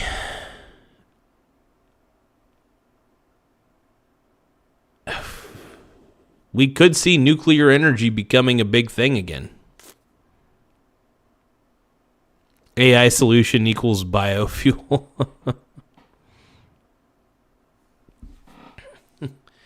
Are we talking about the Matrix, you guys? Are we the human beings going to start being used as batteries? Actually, I don't think human beings would actually make very good batteries, because the only thing that we really produce outside of us is heat, and I don't know how convertible heat would be as an energy source, because you can't really just use dissipating heat. So I actually don't think human beings would be the best batteries. We could be. I don't know. I'd have to think about that.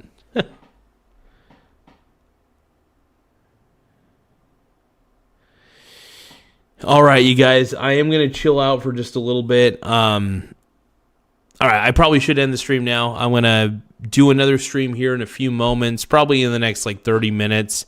I'm going to take a little break, drink a little bit of coffee, kind of just relax the old noggin real quick. I don't know why, I've just been mentally drained lately. I think I've just been going a little too much. Yeah. All right, boys and girls. I'll catch you all in the next episode. I can't guarantee when I'm going to start the next stream, but I'll probably be I don't know, 30 minutes, hour. I'm pretty sure people got better things to do. All I gotta say is don't wait around for me. I'll come back when I come back. But for now, we'll end the stream. Thank you, Corey. Thank you, Nate Dogg. Thank you, my boy Jeremy. Thank you, Chris. Bills lose on an interception, really? Holy shit, no way.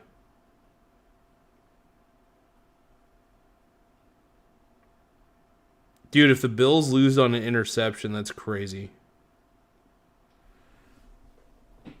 Let's see.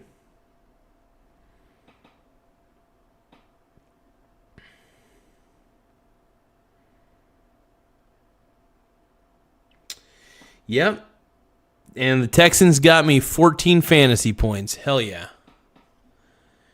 Yep, I'm glad I picked the Texans, man, because the Texans, I thought about it. I was like, the Texans have been playing great all year. They've been playing defense like a crazy juggernaut. So I got 14 fantasy points from the Texans defense. And Nate Dogg says head rolls, fatty head rolls. All right, boys, I'm going to get myself a cup of Joe. And I know that I'm going to go pretty hard with the frosting tonight. I have a little surprise for everybody. Maybe. We'll see. Gender reveal. Oh, man. But anyway, I'll catch you all later. Just have an incredible night. We'll see you guys.